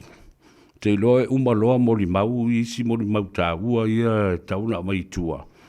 O tau ofe, o limongi, o Yeremia. O tangata umane o leia ia o lātou so tangai I mata upune. A mese ia limongi wa o ia lea o na ia le. E o na ia le tangi. Lewa uma o na moli mau ia le fionga le komisina. O leo o wa o ia fo I onga na leisi tangi. Le tawala no mai I le vanga le nai tutu la I luma. Ia, toi mana I o leo le a whai mai. E ilo mai le defense legal team. Ia mori mau e tau lo mai. E le ia la sistangata e malama i povi. Taipei o tangata na whaatau mai i povi. Le tangata na mai e le tupe whaatau i povi. Pe fia foi. E rei foi lava sisi tangata e siri o na malama i le whana. Taipei o le tangata na au mai e le whana. Lau i loa tangata na au mai e le whana. Le ta'avale lava lea o te whai atuai. E le su enga lena whai nei e le traffic unit. Ona o le ta'avale na mafua i le maliu. Ai o so sofa ane ma so solo ane i le tūlanga whaasori tūla whono. Na te tau wai o na toi fo i mai i le mata upu i le CIB, Criminal Investigation Bureau. O ina, e te tau o na matua i mana malamai. A o lea fo i le o lotea lava. Se li poti e winga i se ta vale o lo o masalomia. Wai tasi le nātu pua lido le i papa i se li poti. O fea o iai le li poti. Fea o iai le li poti le ta vale le nā. E tau fo i ona to e vane de la o malosi po le whanga le nā. As an exhibition. Ioe. Or exhibit vane ton po le whana sao le na whate ta i e le mongi le whapanga ma le sulunga le whanga ma me uma whapena. Ja, ona i o tātou. O tātou o meo observers. Tātou te le whaia ni whai unga. Ai tātou te ma whau loto i mea nei. Leanga o vaenga wa uma na tā ua I whaamaumaunga. These things have already been mentioned on record. Even the people that are suspected and implicated on these, they are all been on record and already been mentioned. Alpha Sarah Brown, Malosi Fumanuia, or Till Swalga. Yeah, tatu tilo la ile iai. Nga wo o le taimi o ai o wa mata fo le fa ali ia le lo ia le la to ia ia male la va ko I mata la sala to ia wa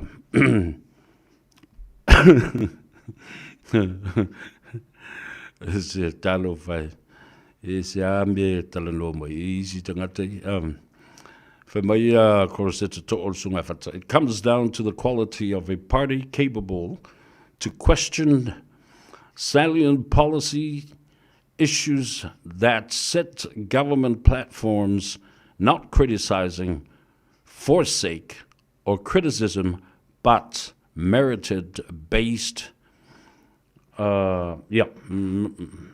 Merit-based. So it merits of the policy. Ela tau o mele tano mai whata wai. Tai tusama ngā luenga fo male as policy analyst male sunga whata. Kosa te to. Te le fo ilo na mamlama. New Delhi tōli tāla whalava mālolo sai fo manuia. O le... E vai. O le aso Louis Fulwiva. Ia. Aso Louis Fulwiva lea u tu efisidi mele tangata le ia teau. Po lea lea so e whai le pāloka. Lea u ta watu iai, le pāloka e whai le aso Louis Fulwiva o au kuso. Ia le nala ia. O no, o mai leo lau tala noa. I le wha lawi loa ina o le pāti fau whai fau nei le tai au. Ua whai ngoina o le Samoa Labour Party. Ia, ma o le teitai o le pāti lea. O le sunga ia sua voi lea o na ia le Samoa Traditional Hotel I nai uloa. Ia, ma nisi fo I o tamali I o lo lātou langulanguina. O lea la na wha tuina nei le tai au I le sauninga, sa whai le sauninga lotu. Ia, au te wawa ia tui tō tele lava le au mata utu mai le whanga, whapea fōi ia i la tau mai ngā ngai fo le wau.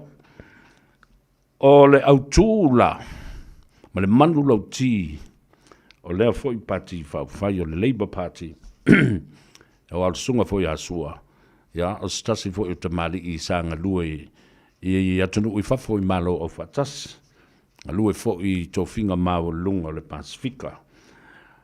O au mai a fōi i alana tautua, e tauala mai i tūlanga o containers ma pusa o uta momoli mai i whafo e sawe le talo, o le whai, o le koko, maisi o loa, tau whaato anga o maua i nei New Zealand. O le manu lau ti, o se fofo mautu, o le whaatinonga tala whiangai, mani suwinga le lei. Ana ia le manu lau ti fo ia le Samoa Labour Party. O le Samoa Labour Party, o te vai atu e tō tele nisi o le au whai pisinisi, ia ma le au si mea o loa o lātou langlango ina, ia le wha moe lea. O le lātou se leni fo o le wha moe tuwha i mana tuala. E leima se mea o nei mea whai se ilonga e o mai tutonu. Valus full miliona fo i le lātou fua whaatatau o se tupe e maua. Ia ma whape nao le wha soa i le atunu. Ia mai lātou ma le lātou valus full miliona. Ia mai whaile i chapipi lātou e ma le lātou se laus full miliona. Ia mai le si pati le o le tōmua ma pule Republican wha mai o mai e whawa le lau te au mai. Mai maupena o mai umalo le te mile nei ma mai mea nai whai e ia. Whai e le campaign ma whaatino. E mana ia le o tu le palota, awa whawa le o tu. Ia ma whio so i eitangata ma whao ngā e whio ia i le taunga tātele o pāsese ma le o stato va le o iai. Ia, nena. Ana ia le whamu moe o le si anavatau o le Samoa Labour Party, manatua e whata la valsu sene le tau fau lau iai o le tongi pau le nao le tu la. Mola tangata whainga luenga. The rate is 4 tala 80 cents at this point. Dele leva nei ana si le fata la valsu sene. A o le si tanga le mana o iei ia le Samoa Labour Party. Ia mai le fata la valsu sene le tu la. I le 5 tala. Ala le me le whao ngoilo. Ia, lena. Ia, whai mai ia Tiles Walker. Mai sa vea, se o meo empty promises, mana mau mea, o mea tau whaalata, tau whaavalea. Ia, e lailo, umatu ai lau tustusi ia mea lai whai. E, o se tala la, le ia tau sa veo kala o kou. Make, ia o le mai. Te foi ia lau tala ni me le nanga e. Ele malie. E tu sai ma le vaenga tu la fono, solinga tu la fono. Criminal Act, lua fes fumal tolu, le malo Samoa. A fai la, o le ua tautino e Marie, se vaenga o lana mori mau. Na tapena e tangata nei. E fai si tō tele la tau ia na te pena ina la moli maulea. Ona i loa i la ia le ina. Le le wha maoni uni tangata na la tau whaia mea nei a o tū langa. E iai o i la tau e pui pui ai. A ia te tau o tangata ma le saunga le mū o tangata. A whai la o le mele le na whai nei. Ma tau tino e Marie. O le wha o popo i ai, o ni wha matalanga ma ni tua inga e le sa o ma le wha maoni. O lano inga, e ta tau na mōli e tangata nei. E ta tau o na mōli a ma wha u ma i ai le matatao ma le fulu au. Ai sea. Ale wa soli le tūlafono. Ia silsila fo i ai le mata upulu nei. E mata utia Se vai ngā tupe e toi li liu atu la uli mai la tau nei e su ai tangata nei.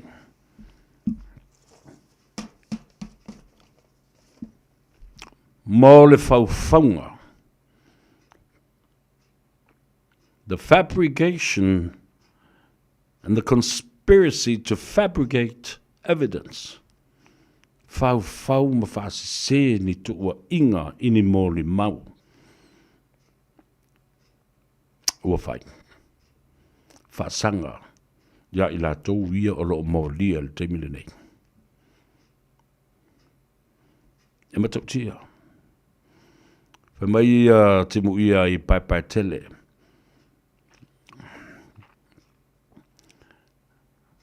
Talo whai. Ia maloli timu ia. Ia whapena fo i JS Seudi ali.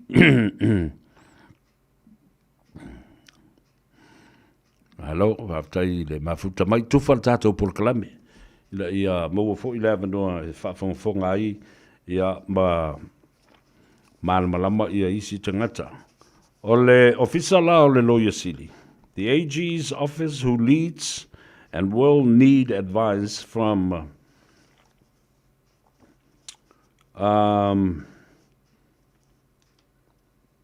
the judge and also the prosecution. E tā ua te lele mele nā le ua tāu fia i nei ia le moli maua le te maitai o Marie. Ia ua tātou loa tu mamau e tu ai lava ia le tūlanga o le wha le tonu ua o iai ia le matapu le nei. So, nisi o mataupu a tātou te le i tau mawai. Tau te whaafonga ia i le bāsa fō. Questions on the gun, questions on the money, questions on the cow, on the cattle, and the uma aia, o povi. Ia, le nā. O mātuai ia selangona le yaso, wa tāua whai e fo i malangona o mata upu sa tātou talandoa ia i le ngā ifo whaiva. Ai tātou talia lupe maunu, ia, ma whaatalitali. Ma ono sai. Ma tātou toe tatalo foi. Ia, tātou tatalo foi mo i lātou. Umalawa, mai le whamasino, se io o atu ia i lātou o loo molia, ma lātou loia. Se io o mai ia i lātou le ofisa o leo, ma lātou loia, ma lātou morimau. Ia, mese, ia toa le atunu, whapena foi, i le autostala.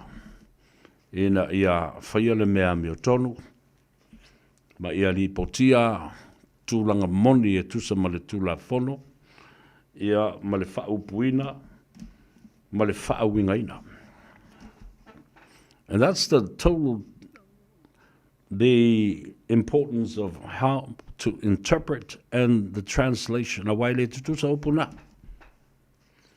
O le whaaleo whauingaina, male, whaaliliuina, o le upu. E tā ua. Ia, anga leile tua, leia fiafi, o a tiute o lo tutoe, Via fo ile au whainga luenga ma le lātou tāpenanga a wā ia le upfolfola i le aso a tai au.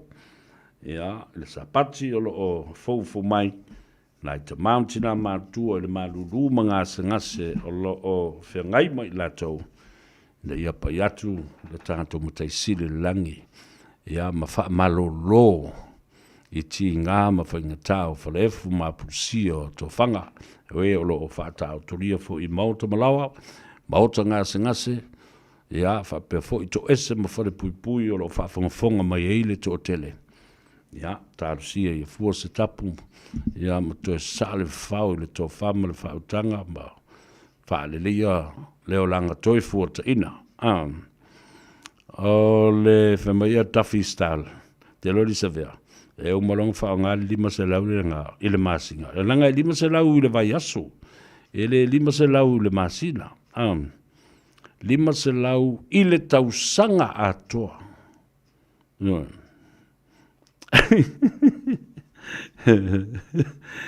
Ia, vatalo fatu. Ile sunga, ile... Ia, tule epa sua whaftai.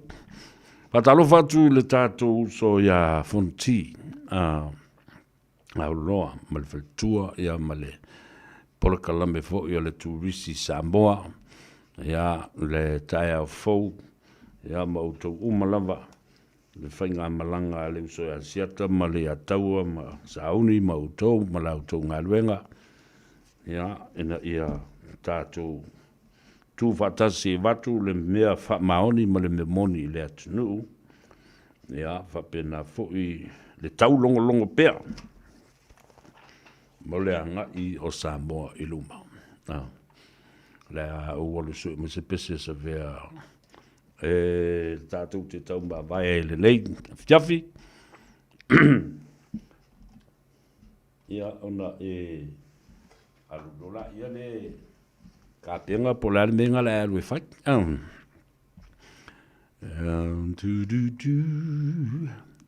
Ia lea. Ale pese lea. O le taina wha pitoa lawa. Wha manuia tuai le tina ia vai tupu. Ia wha pena fui ia le tamā ia lau moli a Ioane. Ia ma le tua file. Lau moli Ioane, wha talo whatu wha aftai le lango mai le tātou Polokalame. O Miller Williams, wha pia fui Floor Sand. Ia wha pia fui le sunga atu le epa. Ia ala tātou o tāle pese lea. Mai tupu mai o i Salt Lake City, Utah. Ia male tua fine ia Jane Lawson. Ia manuia tele o tātou ainga i le stete Utah, o le stete i California, o le stete i Alaska. Tu tele o tātou ainga o lo whaafonga mai, a mise lawa i Hawaii. Atalo fatu i anti whaalave lave. Poe la ulu i le nei fo i a wauli o le a sofareile i a autou, i a male tua finipele. I a Yvonne, male tamaita i o Ashivon. No fototasi le a tau savea, fa mangalo se leo leo auna tātou whailoa i le a songafua, te ta i atu ei lau tau seifua. Alofa tele mo oe, ia e mwese o tau lungo le tātou apia folinga, Facebook page and our YouTube channel. Alofa mo oe, look after yourselves and take care. Soifua ma ia maria. O uno, foto atasi, ma fau ngai, wa sau tualasi, le alofahi. Mo oe wa pei o se mai Awele lai se iangi mai Si ole o e tawhia whalongo i ai La upele ea Po o whea o e ai Lalulangi pua o male manunu Wa sola le la fa sulu sulu Unai o folingai Wa mo atu Be ana e la Talata mai Se kusia uma e fai mai La upele ea Wasili o e leva ai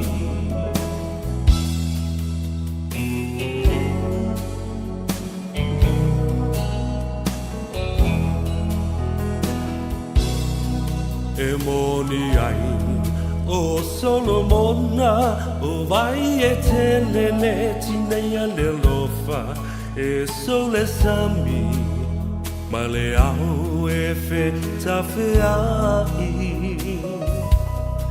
le timu ngai se ito mai wa o galala le fia inu mai fai mai e sotana Po o a upele ai Lalulangi pua o a male manu Wa sola le la